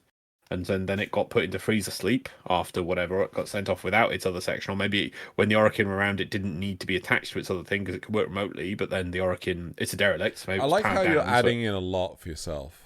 I'm working around the existing Warframe lore. I'm getting it, but it just feels. And like... then it needed to go actually fuse with itself again, so it went and found its other self. Job done. I mean, it's not. I'm not saying. No, that's the one part I do get. I do get like I need to find myself. Yeah, and that's the special thing about this Warframe. It's like two souls fused together, I suppose. Okay. Should we move on to the abilities? Right. Go for it. Okay, so abilities. Binary Spike. Enigma uses high-intensity signal emissions directed at an enemy to cause a flood of binary information in target's neural implants, processor, or brain, inhibiting proper function for a duration of time, effectively disabling the target. In addition, Enigma may use Binary Spike to instantly override control panels. This ability could be cast at a 50-meter range. Would attack the target's neural implants, processor, or brain through a flood of binary information, resulting in impairing for 3, 6, 9, or 12 seconds. Okay, so it's a stun. Yes? Yeah. Cool, right. The Warden. Enigma deploys a reprogrammed shield osprey to emit a partial shield recharge to her and her squad. This ability would be ended early if the osprey suffered too much damage, preemptively going into its inactive state on Enigma to prevent permanent damage. This ability would deploy a... is this just a... I think they're just accidentally... No. This ability would deploy a shield osprey that hovers over and follows Enigma. This allied osprey, the Warden, would be deployed for 15, 20, 25, 30 seconds and would emit a radial shield every 5 seconds to replenish... I'm just going to say 15% of each squad member's shields. The radius would be fairly limited to encourage Enigma and her Tenno allies to stick together to receive maximum benefit from this ability. Additionally, this ability would scale well with content levels as it restores a percentage of the Warframe's shields. Okay. Mm-hmm. Right, okay.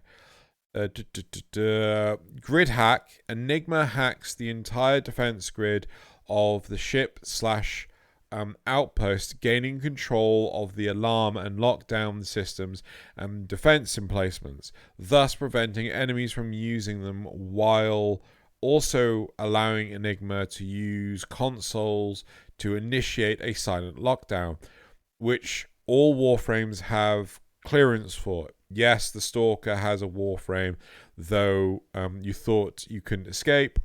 I mean, to be fair, the Stalker locks you in the same room as it anyway. Overclock. Enigma overclocks her Warframe's shield systems, increasing her shield capacity and recharge rate, while also decreasing her Warframe's shield recharge delay. Additionally, overclock would add new power to Binary Spike through the overclocking of her data emitters. What's the new power, though? I don't know. We'll never know. Mm-hmm. We'll never know. How do you feel about this? These abilities? Some of the bit OP. Which do you think are OP?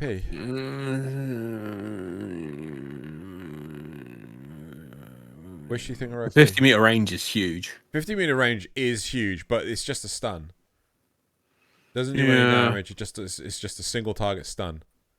Ability could be cast in attacks in the first or something in an impaired combat ability for.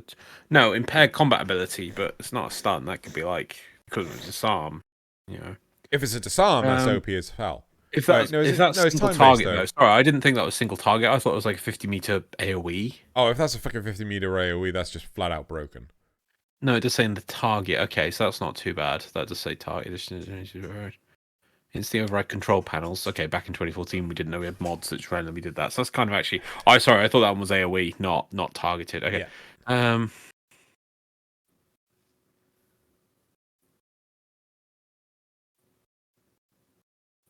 The shield osprey is just kind of weedy, actually. Grid hack can demonstrate gaining control of an alarm and lockdown system. It's still preventing enemies from using them. Actually, hang on. Sorry, I think the first one is what got me. I just thought it was AoE and it was crazy. But now the other ones, I mean, there's the next one is terrible because like most maps don't have defense emplacements and things for it to use. Yeah. And then overclock support from shield, increasing shield capacity and recharge rate, while also decreasing the Warframe shield recharge delay. Additionally, overclock would add new power to bonus rate through overclocking of her data emitters. Yeah, sorry, and then I thought that was even more OP because it was gonna OP the OP ability. Yeah. But now actually, sorry, reading it myself, I'm like, it's kind of meh. Yeah, those abilities are unfortunately kind of meh. Yeah. I feel that the Warden just shouldn't be targetable by enemies, right? So that's like, we've already got Warframe. Okay, granted, we're looking at it now. And this was obviously built before the likes of Hildren, but I would instantly make it so that the Osprey couldn't go down, right? It's just like, it's there. It is there now. You know, you can't kill it. Or make it that you can kill it and you can resummon it, but it doesn't have a duration. Like, just I feel this duration. also should have been a bit like pre-Protea, like Protea having those turrets. It's like, well, what this thing should do. It should be more of an engineer thing that deploys turrets and things and hacks things. Yeah. Maybe instead it could be more techno-organic. Play that whole angle more. So, no, then again, we have enough Thrall-esque enemies, don't we? You got this pre-Revenant, so maybe you can have it inflects enemies with... It turns any enemy into a turret. So it just, spikes them with Technovirus, and then they grow a turret on their shoulders, like Predator style. And it takes control of them. I don't know. Shoulder cannon. Yeah, shoulder cannon. Yeah. Or plasma caster. Yeah. But I can't remember. Did you spin it or did you pump it to recharge it? For what? In one of the terrible Predator movies, they get one of them and they have to recharge it. And I think if they spin it, I think it's Alien vs Predator 2. They get one of the plasma guns and you can recharge it by spinning it or something. It might be like a Winchester lever action. Yeah, Right. I don't know. Anyway, I don't know because I've not seen. It might be Predators. I don't know. It might be that terrible Predator. No, it film. I don't know. No. What do you mean terrible Predators film? Not Predators. The other, the Predator. One. Okay, yeah. Is that what it is? I don't know. Yeah. No, Predators is alright. The only thing Predators annoyed me is they lied in the trailer. Yeah, there should be more Predators. I know. Yeah, I should remember Predators. Anyway, back to this frame. What is the ultimate? Is the ultimate just overclock shields? Yeah. Which is just like, it's 2 weeks. It's just like Weedy Mag. Sorry, that first ability really shocked me. It's like, wow, 30-meter range, AoE stun. Yeah. That then gets buffed later. I'm like, whoa, this is like powered. I mean, I would make it so that the overclocked, like, I don't know, like all the enemies' weapons explode. And like I'll rename it. I mean, you could have there's already an AoE disarm, so yeah, I mean, why not give another Warframe something similar? Similar. Yeah, so just all the weapons explode. They've been disarmed, and let's put a bit of a Terrify on it for a short period, and then they just bring out poking sticks to try and hurt you. Yeah, that's it. So I think these abilities are a bit weedy. Let's make them bigger. Yeah. So, should we go to the replies? No, actually, I think what you're saying there. So, I don't like your idea. Is that just basically completely subverts Loki's ability? Yeah, as if that hasn't happened already. Now, Well, yeah, no, nothing does an AoE disarm like he does. No, I agree with that, but there's like lots of warframes that already subvert other warframes. Of course, Just not our boy Loki. Of course. Why don't? So I was thinking about that. It's like, well, how could you do differently? Like you were saying, it explodes the gun. Instead of being explodes the gun, it over the. See, I don't know if this is too fiddly that it hacks the ammo and the ammo explodes or the ammo falls out, whatever. And I was thinking about diminishing returns. It's like, okay, so we've got diminishing returns. It's like, oh, the more times you do something, the less it affects something.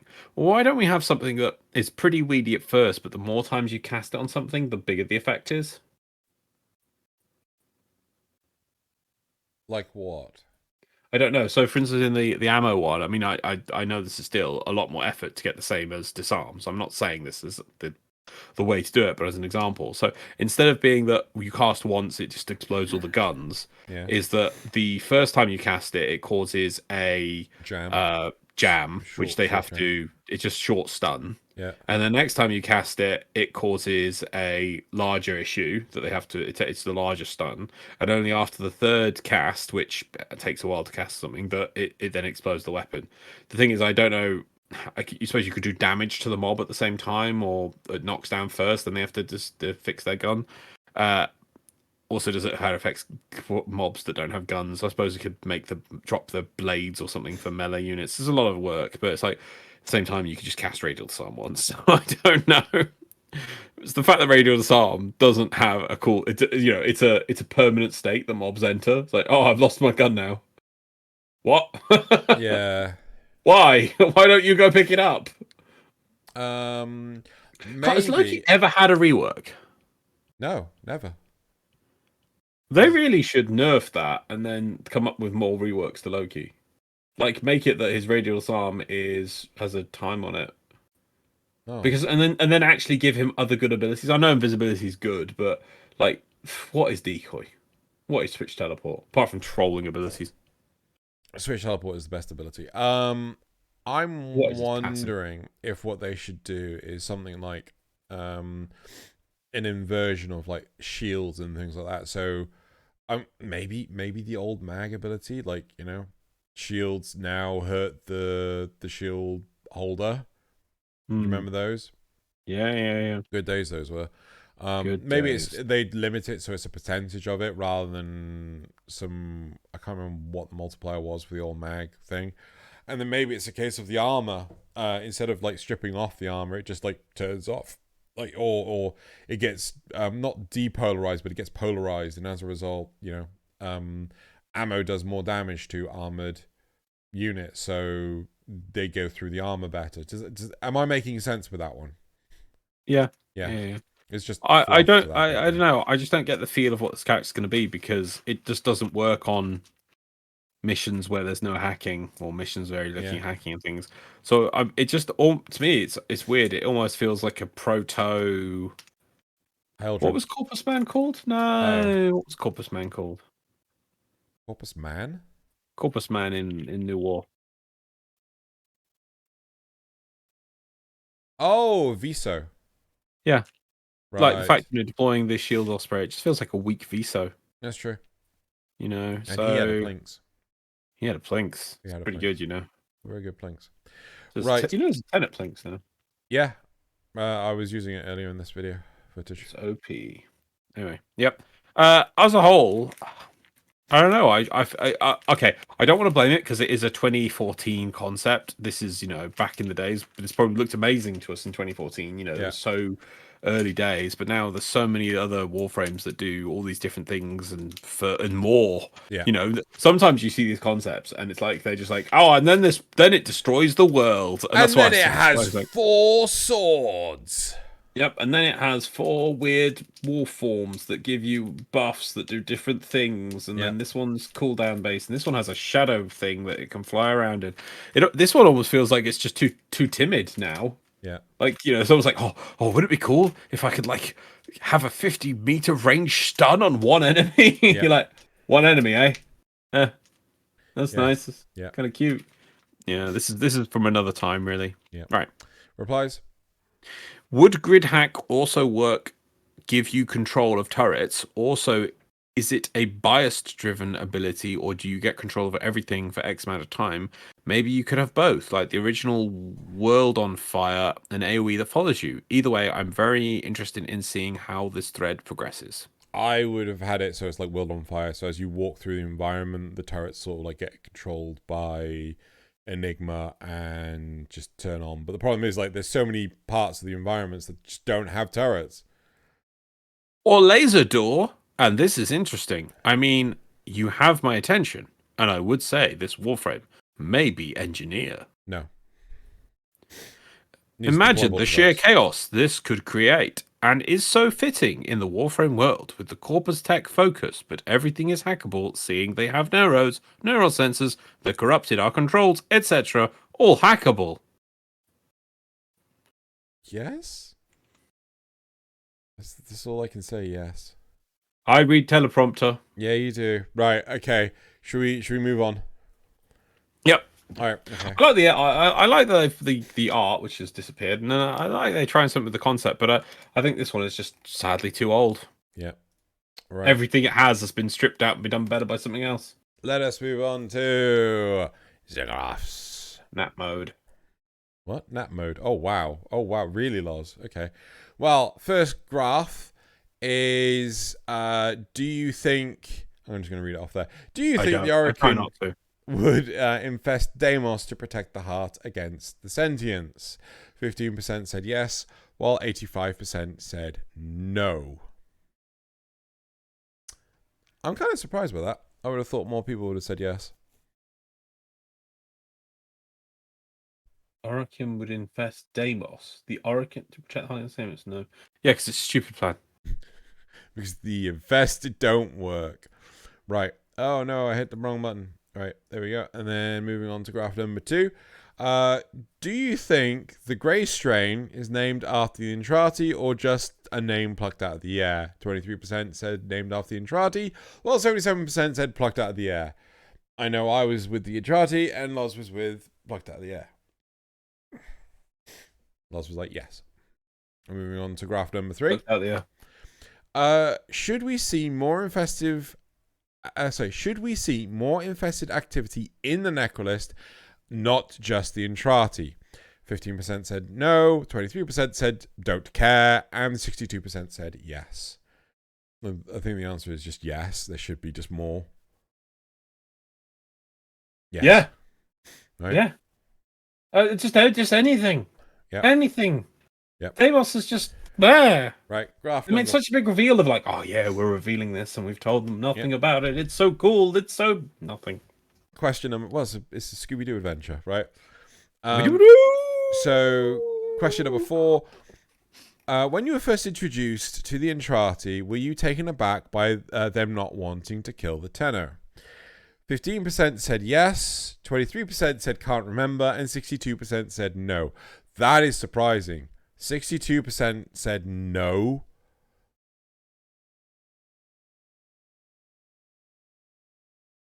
Loz is like, no comment. The wording of the wording of it, I was tempted to look it up. Yeah, I the way you said that. What? Did you ever play Halo 2? No. No, you didn't. You hate Halo. In Halo 2, Halo. when the elite, who was, I suppose they made a character who was like the leader of the elite from the first game, but you never met them. You know, the Master Chief is like, then they have a trial for him. It's like, when you first saw the ring, were you taken aback by its majesty, its glory? Random. It's like some line like that. And I'm like, so you said that? I'm like, oh yeah. Why do you think I hate Halo? You commonly tell us the story of how everyone at Christmas or something used to be like, hey Drew, play me Halo, and you would destroy them. Yeah. And you'd be like, Ponzi games console, playing with sticks. I'm amazing. No, I just hate first-person shooters on consoles. Not specifically Halo. There are more first-person shooters on consoles than Halo. Loz. I have more hate to give than just Halo.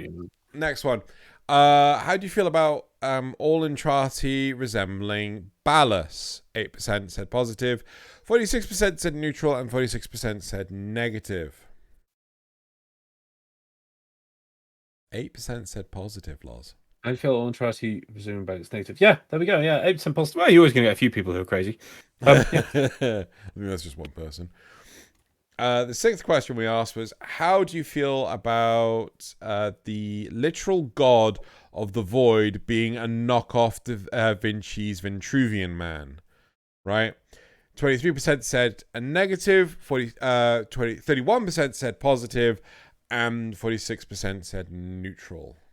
I don't mind the neutral people. I would probably either fall neutral, negative on this. I don't get how people can be positive about it though. It's just like Negative, just 100%. here's your boss. It's the Vitruvian Man. It is just the Here's the boss enemy for the final thing. It's the can of Acula. Ooh, it's in the shape of the can of ant spray. Ooh, it's like what? What's he gonna do? Smile at me? Yeah, well, that's what he did do, isn't it? I know. All right, It's ridiculous. And then the last question we asked was, how do you feel about the sepsis-infested hammer concept? 8% said negative, 23% said neutral, and 69%, nice, said positive. Nice. Wait, why didn't that update? Why is that button not working? Oh, there's a bug with that. Okay, cool. All right, well, that's it for the graphs. It is now time to move on to Zipotter questions. Woo. Zipotter. Come on, Loz. They're on 7. Zipotter. Right. So first we have Zerugel, who has sent us some words. This font is labeled math, serif, italic, Greek. Before I read out the spoiler questions, I just want to thank you all for watching or listening to our podcast. Please hit that thumbs up button and leave a comment if there's anything you'd like to say. We read all of them. We read all of them. Loz reads all of them. And everyone. Do the Archons drop only one type of shard each, like Snake drops yellow, Owl drops blue, Wolf drops red? I could Google it. This is more fun. Yes. That is literally it. Snake drops yellow, Owl drops blue, Wolf drops red, and this week did I discover I hate the snake because it can fucking regen its health. Do you know how you kill the snake, Loz? You shoot it more. With a Kuva Nucor, because when it tries to heal itself, it accidentally kills itself instead. Does it? Yes. What, radiation damage makes it its enemy? Yeah. So right then, it was just healing itself up because it was doing this weird thing. You have to get behind it and shoot it to interrupt it healing. I love how the snake never even was the proper thing that it was supposed to be. In the back of its neck, it was supposed to have like segments with like drones it would deploy. Yeah. It's like, here's a really cool concept. That's a snack. It's snack's gonna snack. And it goes, nah, I'm a snack. Next one. Snack's gonna snack. Riku7 plus T equals never going. You know the rules, and so do I. So if you focus on the end of the month with the dev stream around the same time as your 24-hour stream, will you let down DE and give up Warframe for the benefit of your charity stream? Or are you never gonna? We're going to do 10 o'clock. He's trying to rickroll you. Is he? You know the rules, and so do I. Never gonna give you up. I got it. Okay. Too Too innocent. I know your memes. Well, I also kind of need a pee. Charity stream incoming. Stream incoming. Yeah. Am I right? Yeah. Am I right? Yeah. Yeah. A recent thread. This has popped, but I'm going to poop it up on the forums. On the topic of challenge for rewards, it simply asked if some of the items or cosmetics in Warframe should be locked behind things that are either insanely low drop rates or require some persistent and effort to gain. Do you think this is something you'd enjoy, or is it something already in the game, like the legendary core? Depends on what I have to do in order to do it. If I have to fucking spend 2 hours fucking farming an Argon shard level of, oh yeah, then there's a 0.01% chance to get some cool ass cosmetic. No, I don't care to do it. No, the stupid thing is, right? What if you really wanted to add something in, because it's going to follow this next question as well, which D really should do, is how we've got Can I guess? Hard mode boss fights. That would be cool. But yes, that's the kind of thing. The sentient upgradable armor. Yeah. Yeah. Put in a full set on like a mini quest line and put ridiculous grinds on it. Utter ridiculous grinds for the different levels that unlock to get the different bits, and then each bit has to improve, and literally each bit is made up of like 50 different pieces. You get one at a time, and the bits are just stupid. It's like, what do you get for finishing it? You finish the armor set. Yeah. That's it. Yeah. You want to do it? Do it. It's going to be a stupid grind, and it's going to be ridiculous. Don't put weird restrictions on it. Don't put like, oh yeah, you have to kill sentience in order to contribute to it, or you have to kill this one specific. No, just make it. No. Everything. It's not going to. No, it's not going to be like you have to deliver the final blow to a angel while it's debuffed with every single debuff while sliding on a Tuesday. It's not going to be like that. Just kill it. No, I don't just want to kill everything, because then you won't be focused on it. You have to actually choose, because remember, we're trying to make people do content they don't normally do, so it does have to have some restrictions. It has to be like, go kill 1,000 enemies on Eris or something, that kind of thing. That's not hard. I know, well, I'm just coming up with ideas. No, I'm talking about stupid shit, like, oh, you have to do this in... Yeah, like I said, you don't have to kill an angel while sliding upside down on a K-drive. That's brain damaged, Loz. No K-drive. Anyway. But no, it'd just be like... Anyway. Yeah, but sorry, but my whole point was like, make a ridiculously long quest chain of that, and it just slowly builds up, and each bit adds like one tiny plate of it, and you keep adding to it, and it's just like, there you go. The answer is yes. No drops, no rare drops. The answer is yes, but also attach it to some new content, so you're not losing your shit going back doing old shit. No, it's all about making old shit have a point, and it's just like, do you want to not do it? You don't have to. You don't have to do it. Why? Because it's just to get one stupid cosmetic. That's what cosmetics should be for. So go kill Captain Vor yes. a trillion times. A trillion times. No drop rate, silly stuff, though. It's just like, just go kill him a trillion times. Like, yep, go do it. Oh, yeah, you have to go do it a trillion times without any mods equipped. Why? Solo. Why not? Just dude, solo would be horrific. Yep. I would give up the will to live. Exactly. That's the whole point. It's like, you're not supposed to do this in one day, and people who do, they're idiots. And by the way, I just wouldn't do it at all. It's just to kill you. Good, you don't have to. What do you miss out on? One pointless cosmetic. That's fine, and that's what they should be. It should be like, you don't want to do it, you don't have to do it. It's there for the people. No one's going to do it, Loz. Not even you're going to do it. Oh, I would do it. No, you wouldn't. No, you wouldn't. No, you wouldn't. No, you wouldn't. No, you wouldn't. No, you wouldn't. No, you wouldn't. But people would. It would fill the thing. It would definitely fill the thing. Because some people are like, oh, you've only got 2 bits. I've got 17 of the 1,000 fragments. I'm on number 17. What's it require you to do? Oh my god! I have killed like 17 of the 10 bosses. What's it called? A trillion times each. Well, there's 10 planets. Okay. Have you killed 17 of the 10 bosses? Those are 7. I'm saying you're not anyway. Charity Streaming Coming also says, New Year, old questions. What are you going to be doing in Warframe while you wait for Deviri? Same shit, different day. Complain. Right, that's it for these thingy questions. I'm now going to move on to the replies from last week. Awesome things. Strugel, can we talk about Loz sounding like he's recording from his car? I don't know why. It's just that's the microphone I had before. It used to sound as good as this one, pretty much, but I don't know. I was under the impression that the bulk of the sentient fleet we fight showed up after traveling from Tau using sublight speed travel. That's why there was so much time between the old war and the new war. So I believed as well, but I don't think it says that anywhere. That's the problem, though. We don't know how long it takes, and also that wouldn't explain why any of them are chemically neutered. It's the whole point is that we're supposed to fight them. So I don't think anyone knows. They're just like sentients turn up. No, because there's no answer. I think the idea is that we're fighting the remnants of the sentients that were left behind from the old war. We're not fighting the new lot. There's a billion Murexes, enough to take the entire solar system. Where are they hiding all those? They're broke. Ivan Idlehand says, and I believe Sun was exiled as a punishment for returning to the Entrati derelict during the Heart of Deimos quest. The derelict being a bastion of information and source to access and experiment within the void. What? I don't know what that means. So I haven't heard. I believe Sun Zurgle was pointing out that they said Zurgle said that I think Sun was punished, and then Ivan had said I believe Sun was exiled as punishment for returning to the Entrati derelict during the Heart of the Deimos quest. Oh yeah, and then on that derelict was a batch of information, the source of the experiments for the Void and the infested and stuff. The derelict?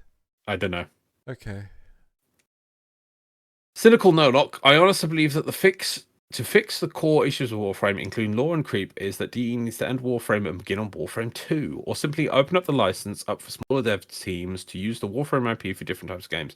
I feel like with the main quests, Steve really just wanted to make a single player game. Imagine Platinum Games using the Warframe IP and setting with a dedicated DE creative team doing writing a la Nier Automata, or Team Ninja making a melee-orientated hack and slash Warframe action game. No. I like your ambition, but the reason why Nier Automata works is because of Yokotaro. There's no other reason. No, but I don't think they mean. I think they mean like. No, I don't. Go. I don't think DE, like, I'm sorry I'm being harsh here, but I think because of the consistency of the lore and everything and the plot of what's going on. That's what they mean. I think they go and make a game with a set story for once instead of adding continuously and not remembering what the lore was supposed to be anymore because years have gone by and people are no longer in the same mindset. No, I think they should just go hire Amy Hennig. Okay. I also agree with you, by the way, Cynical Nolock, on the single player game. Oh yeah, it is a question I asked to Steve, I think after War Within, and it did actually make it on. I keep saying this, it made it onto his dev stream, and he was like, that's a good point. It was never addressed. Of course not. They just start making a single player game. It's just like, and you're just the bestest Tenno that ever was. Yeah. Never ever gonna. Oh, and by the way, all the other Tenno have disappeared. What are these Warframes running around? No one knows. It doesn't make any sense. I have an idle hand. I'm enjoying the Ghoul Purge, not for the bounties, but what DE did to the open world by making the land come alive, with Vahex grenade clones popping up in random zones. Of course, veterans won't see this because they can just fly over it and never see the program beauty that is currently the plains. Yep. Wish Venus and Deimos get similar treatment with their very own spin to such events. Thermia Fractures, so it's events because Thermia Fractures is lazy and doesn't compare to the greatest light show in the galaxy that is the day-night of Deimos.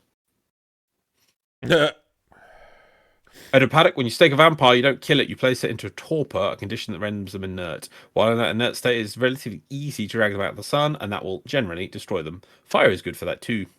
It muddies the water to use the term kill when referring to something that is already dead. Just saying. No, I watched the Halloween episode of The Simpsons where Mr. Burns was a vampire. I know what I'm talking about. I want to suck your blood. Also separate from Paddock, I've often felt that a lot more life could be injected into the sourcing missions, just a sentence or two of exposition to whet the player's appetite for the mission. We have this rich, vibrant rogues gallery of antagonists just sitting around collecting dust. It's heartbreaking. DE, please give us more Lucas. It's true. And lastly, JJ24, Deimos was a real miss with the lore and story. I remember Steve talking about the cosmic clock about 1 hour, 2 minutes in the Tenno Live 2020 showcase. The secret backroom really didn't explain much about the clock or Deimos, despite revealing Grandpa Antrati's pivotal event related to the Void. Out of all the one-shot stories we got from the Purple Lotus era, Fortuna and beyond, Deimos is the most shallow and isolated from the rest of the galaxy. Wait, what? What clock? The cosmic clock. What cosmic clock? I think that's the thing in the when you walk in and out of the thing, isn't it? Sorry, that was very vague. The walk in and out of the Necrolisk, that thing there. Okay. Steve did make mention of it, but that was like some sort of special cosmic clock. Okay. Fine. It's a MacGuffin that he shouldn't have named a cosmic clock. Okay, fine. Cosmic clock. Oh no, cosmic clock inside the Necroloid enclave. Oh no, that thing back with Lloyd. The Cosmic Clock is a device created by Albuk and Trati that can be found in the necklace. Its current function and purpose are unknown. As you gain ranks, bonus, and Trati necklace factions, experts records of Albuk experiments with the void will be revealed at stations around the clock's perimeter. Okay. So this is a special magical MacGuffin that Steve promoted during the dev streams. Yep. Okay. It does nothing. Well, of course it doesn't do anything. It's plot. What is it? It's Or 5 lore. minutes Sorry, to lore. midnight. Yep. Anyway. That's it. Cool. Right. So we're done on the community responses. And now it's time for the memes. Would you like to pause? Why? Is it because... Okay. You need to pee. And now we're on to the memes. Yay! Right, we are on. Have you done the time? Yeah, we go. Memes. Hello, everyone. Again, we're back after urination. We are now going to go into memes. It's very long, very powerful, much stream. So we are now going to look at some memes. These memes all come from the r/memeframe subreddit. We don't make any of them. All the links to these memes are found in the description video, along with a couple of secret memes, which is some short videos. I was going to make some memes, wasn't I? Are you going to make some memes? Yeah, I remember when, and then I got hacked and I didn't do them. Before Christmas. Yeah, you were going to make some memes, weren't you? I have to do that. Anyway. Remember that. Remember to make memes. Right, but anyway, let's go through just a few memes that I have just handpicked from the top ones for this week. If you ever get bored, do check out the memes on r/memeframe. Some hardworking people making some lovely memes every day. Right, so meme number 1. This deserved to be here. r/war trade. We probably should have blurred. No, the name's not blurred. Who cares? It's on the thing. PSN. WTS. Want to sell. Loki Warframe. W150 Platinum.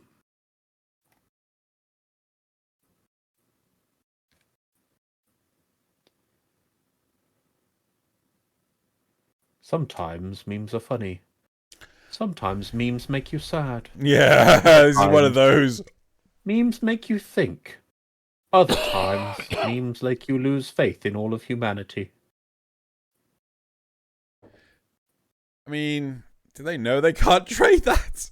Isn't that on the free Warframe? I can't remember. Is Loki free anymore? I don't know. It's not. It's fault, is it? Oh yeah. No, yeah. No, they apparently think they can just trade that. Finished, completed, and yep. Okay. Poor people, some people. Well, you see, I assume they just have well as a trade gap. What's the W on its own? I don't know what that is. Maybe it's Warframe. Maybe that's like a tag that you're selling a Warframe, so people can see the Warframes that are for sale. It's a good thing we don't, we're not confused by that and weapon. But anyway, let's move on. Yeah, that's true. WWE? I don't know. Anyway, meme number 2. 90% or 75%, who cares? We all died in one shot to some of the enemies anyway. Wait, Gara, let me explain. You get 90% damage reduction without any investment in strength? You get 90% damage reduction without your energy draining to empty? You guys are getting 90% damage reduction? Yep. I actually quite like nature. Okay, fair enough. Poor Urelli. Right, meme number 3. Meta. Is that all you need? Yes. I don't know what the original is for this, but yeah. Well, I've seen this format before with like loads of Gunpla models. Like someone's walking off with like a metric F ton of aerials, and then someone else has just got like I don't know what the other one is, but yeah. So yeah. Okay. So I want to know what the original was. So I've never seen this thing before. So the person with the big thing has got like new clothes, exotic holidays, new car, shiny new things, more stuff, big TV, useless stuff, bits, largest crate stuff, and that's all in the giant trolley. And the other person just has one box that says love. Oh, that context really helps with that. Yeah. Yeah. That does. Not the dread though. Don't care about meta, just love dread. Yeah. Next. Right, meme number 4. Sorry, Carl, but I need Endo to upgrade those funny cards with the funny stats. Carl and my Railjack crew, whenever I call them to babysit the same defense target in arbitrations for the 2nd time. I'm tired, boss. Yep. Meme number 5. Basically, the sacrifice. Oh my god. Oh my god. Oh, it's brilliant. Yeah, that's brilliant. And lastly, meme number 6. They have something against him. I don't know what FR means. Rhino, Nezha, Nidus, Inaris, Wukong becoming invincible by doing almost nothing. DE? Okay. Limbo does the exact same thing. DE. And now you have officially carried it too far, buddy. Oh my god. Yep, that's good. Yep. Right, that's it for the memes. And now we move on to the community shoutouts of the week, which Xeno has picked some lovely artwork from Twitter, which is a lot this week. Yeah, why not? That's fine. He just seems so no, I'm no, allowed. Of course. I'm But allowed. of course you Right. are. Of course you are. But it just means you've had a glut. Because sometimes I know it's hard for you to find this art. I know, but I easy. mean, like, might as well just fucking go with it, right? Yeah. So, Okay. first community shout out, we have Blue Ember by Kim Sunson. That is cool.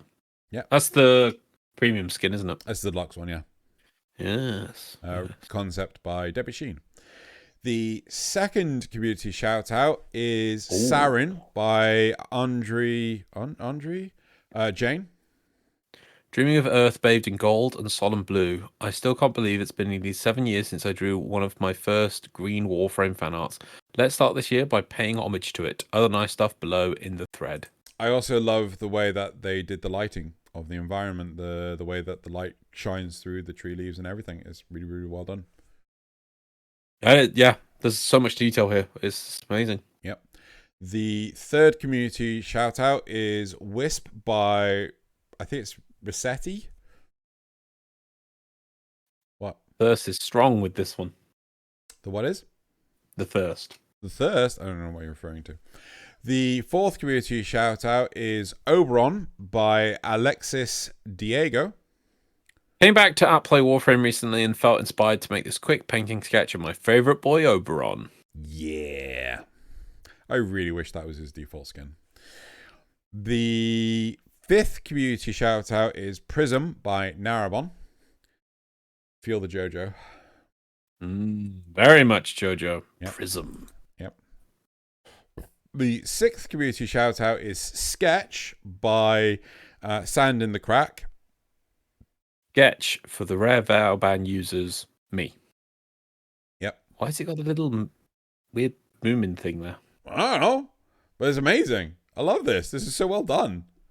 Yes. Right. The seventh community shout out is Excalibur Umbra Appeared by Endqua. This is for you. Guys, I think I downloaded the wrong version of Warframe. Loz, this is for you. I just, pixels, man. I love pixels. Loz loves his So pixels. good. Right. The eighth community shout out is Lavos. Come on, man. Surely it wouldn't. Look how beautiful this art is. Just hire some artists. Make a pixel Warframe game. God damn it. Right. The eighth community shout out. Oh, sorry. Lavos asked. Oh, sorry. Right. Yeah, sorry. The eighth community shout out is Lavos Deluxe Concept by Silfix.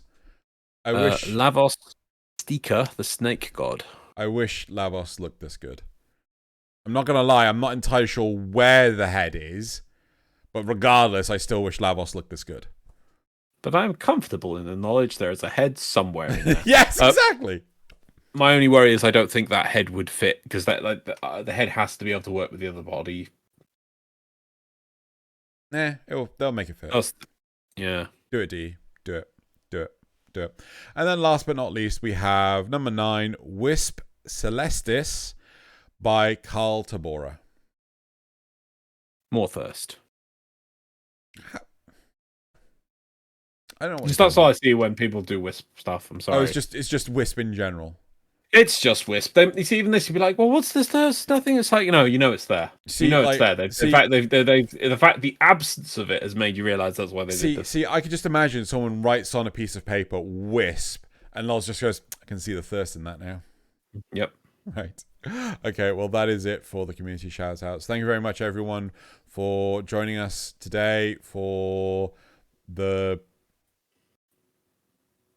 473rd episode of 10 o'clock. Yeah, I did space out thing. What episode are we on? Don't forget, this coming Saturday, we have the 24-hour charity stream in the lands between. I did try to see if I could find the poll for what people voted. And I think there was 24 hours in Railjack, 24 hours in Zeraman, 24 hours in Deimos, and 24 hours in Elden Ring. Deimos barely got any votes at all. Yeah, no one wants Deimos. Anyway. Well, let's be fair. We don't no want one's Deimos. Deimos. Well, Right. Bye, everyone. bye, everyone.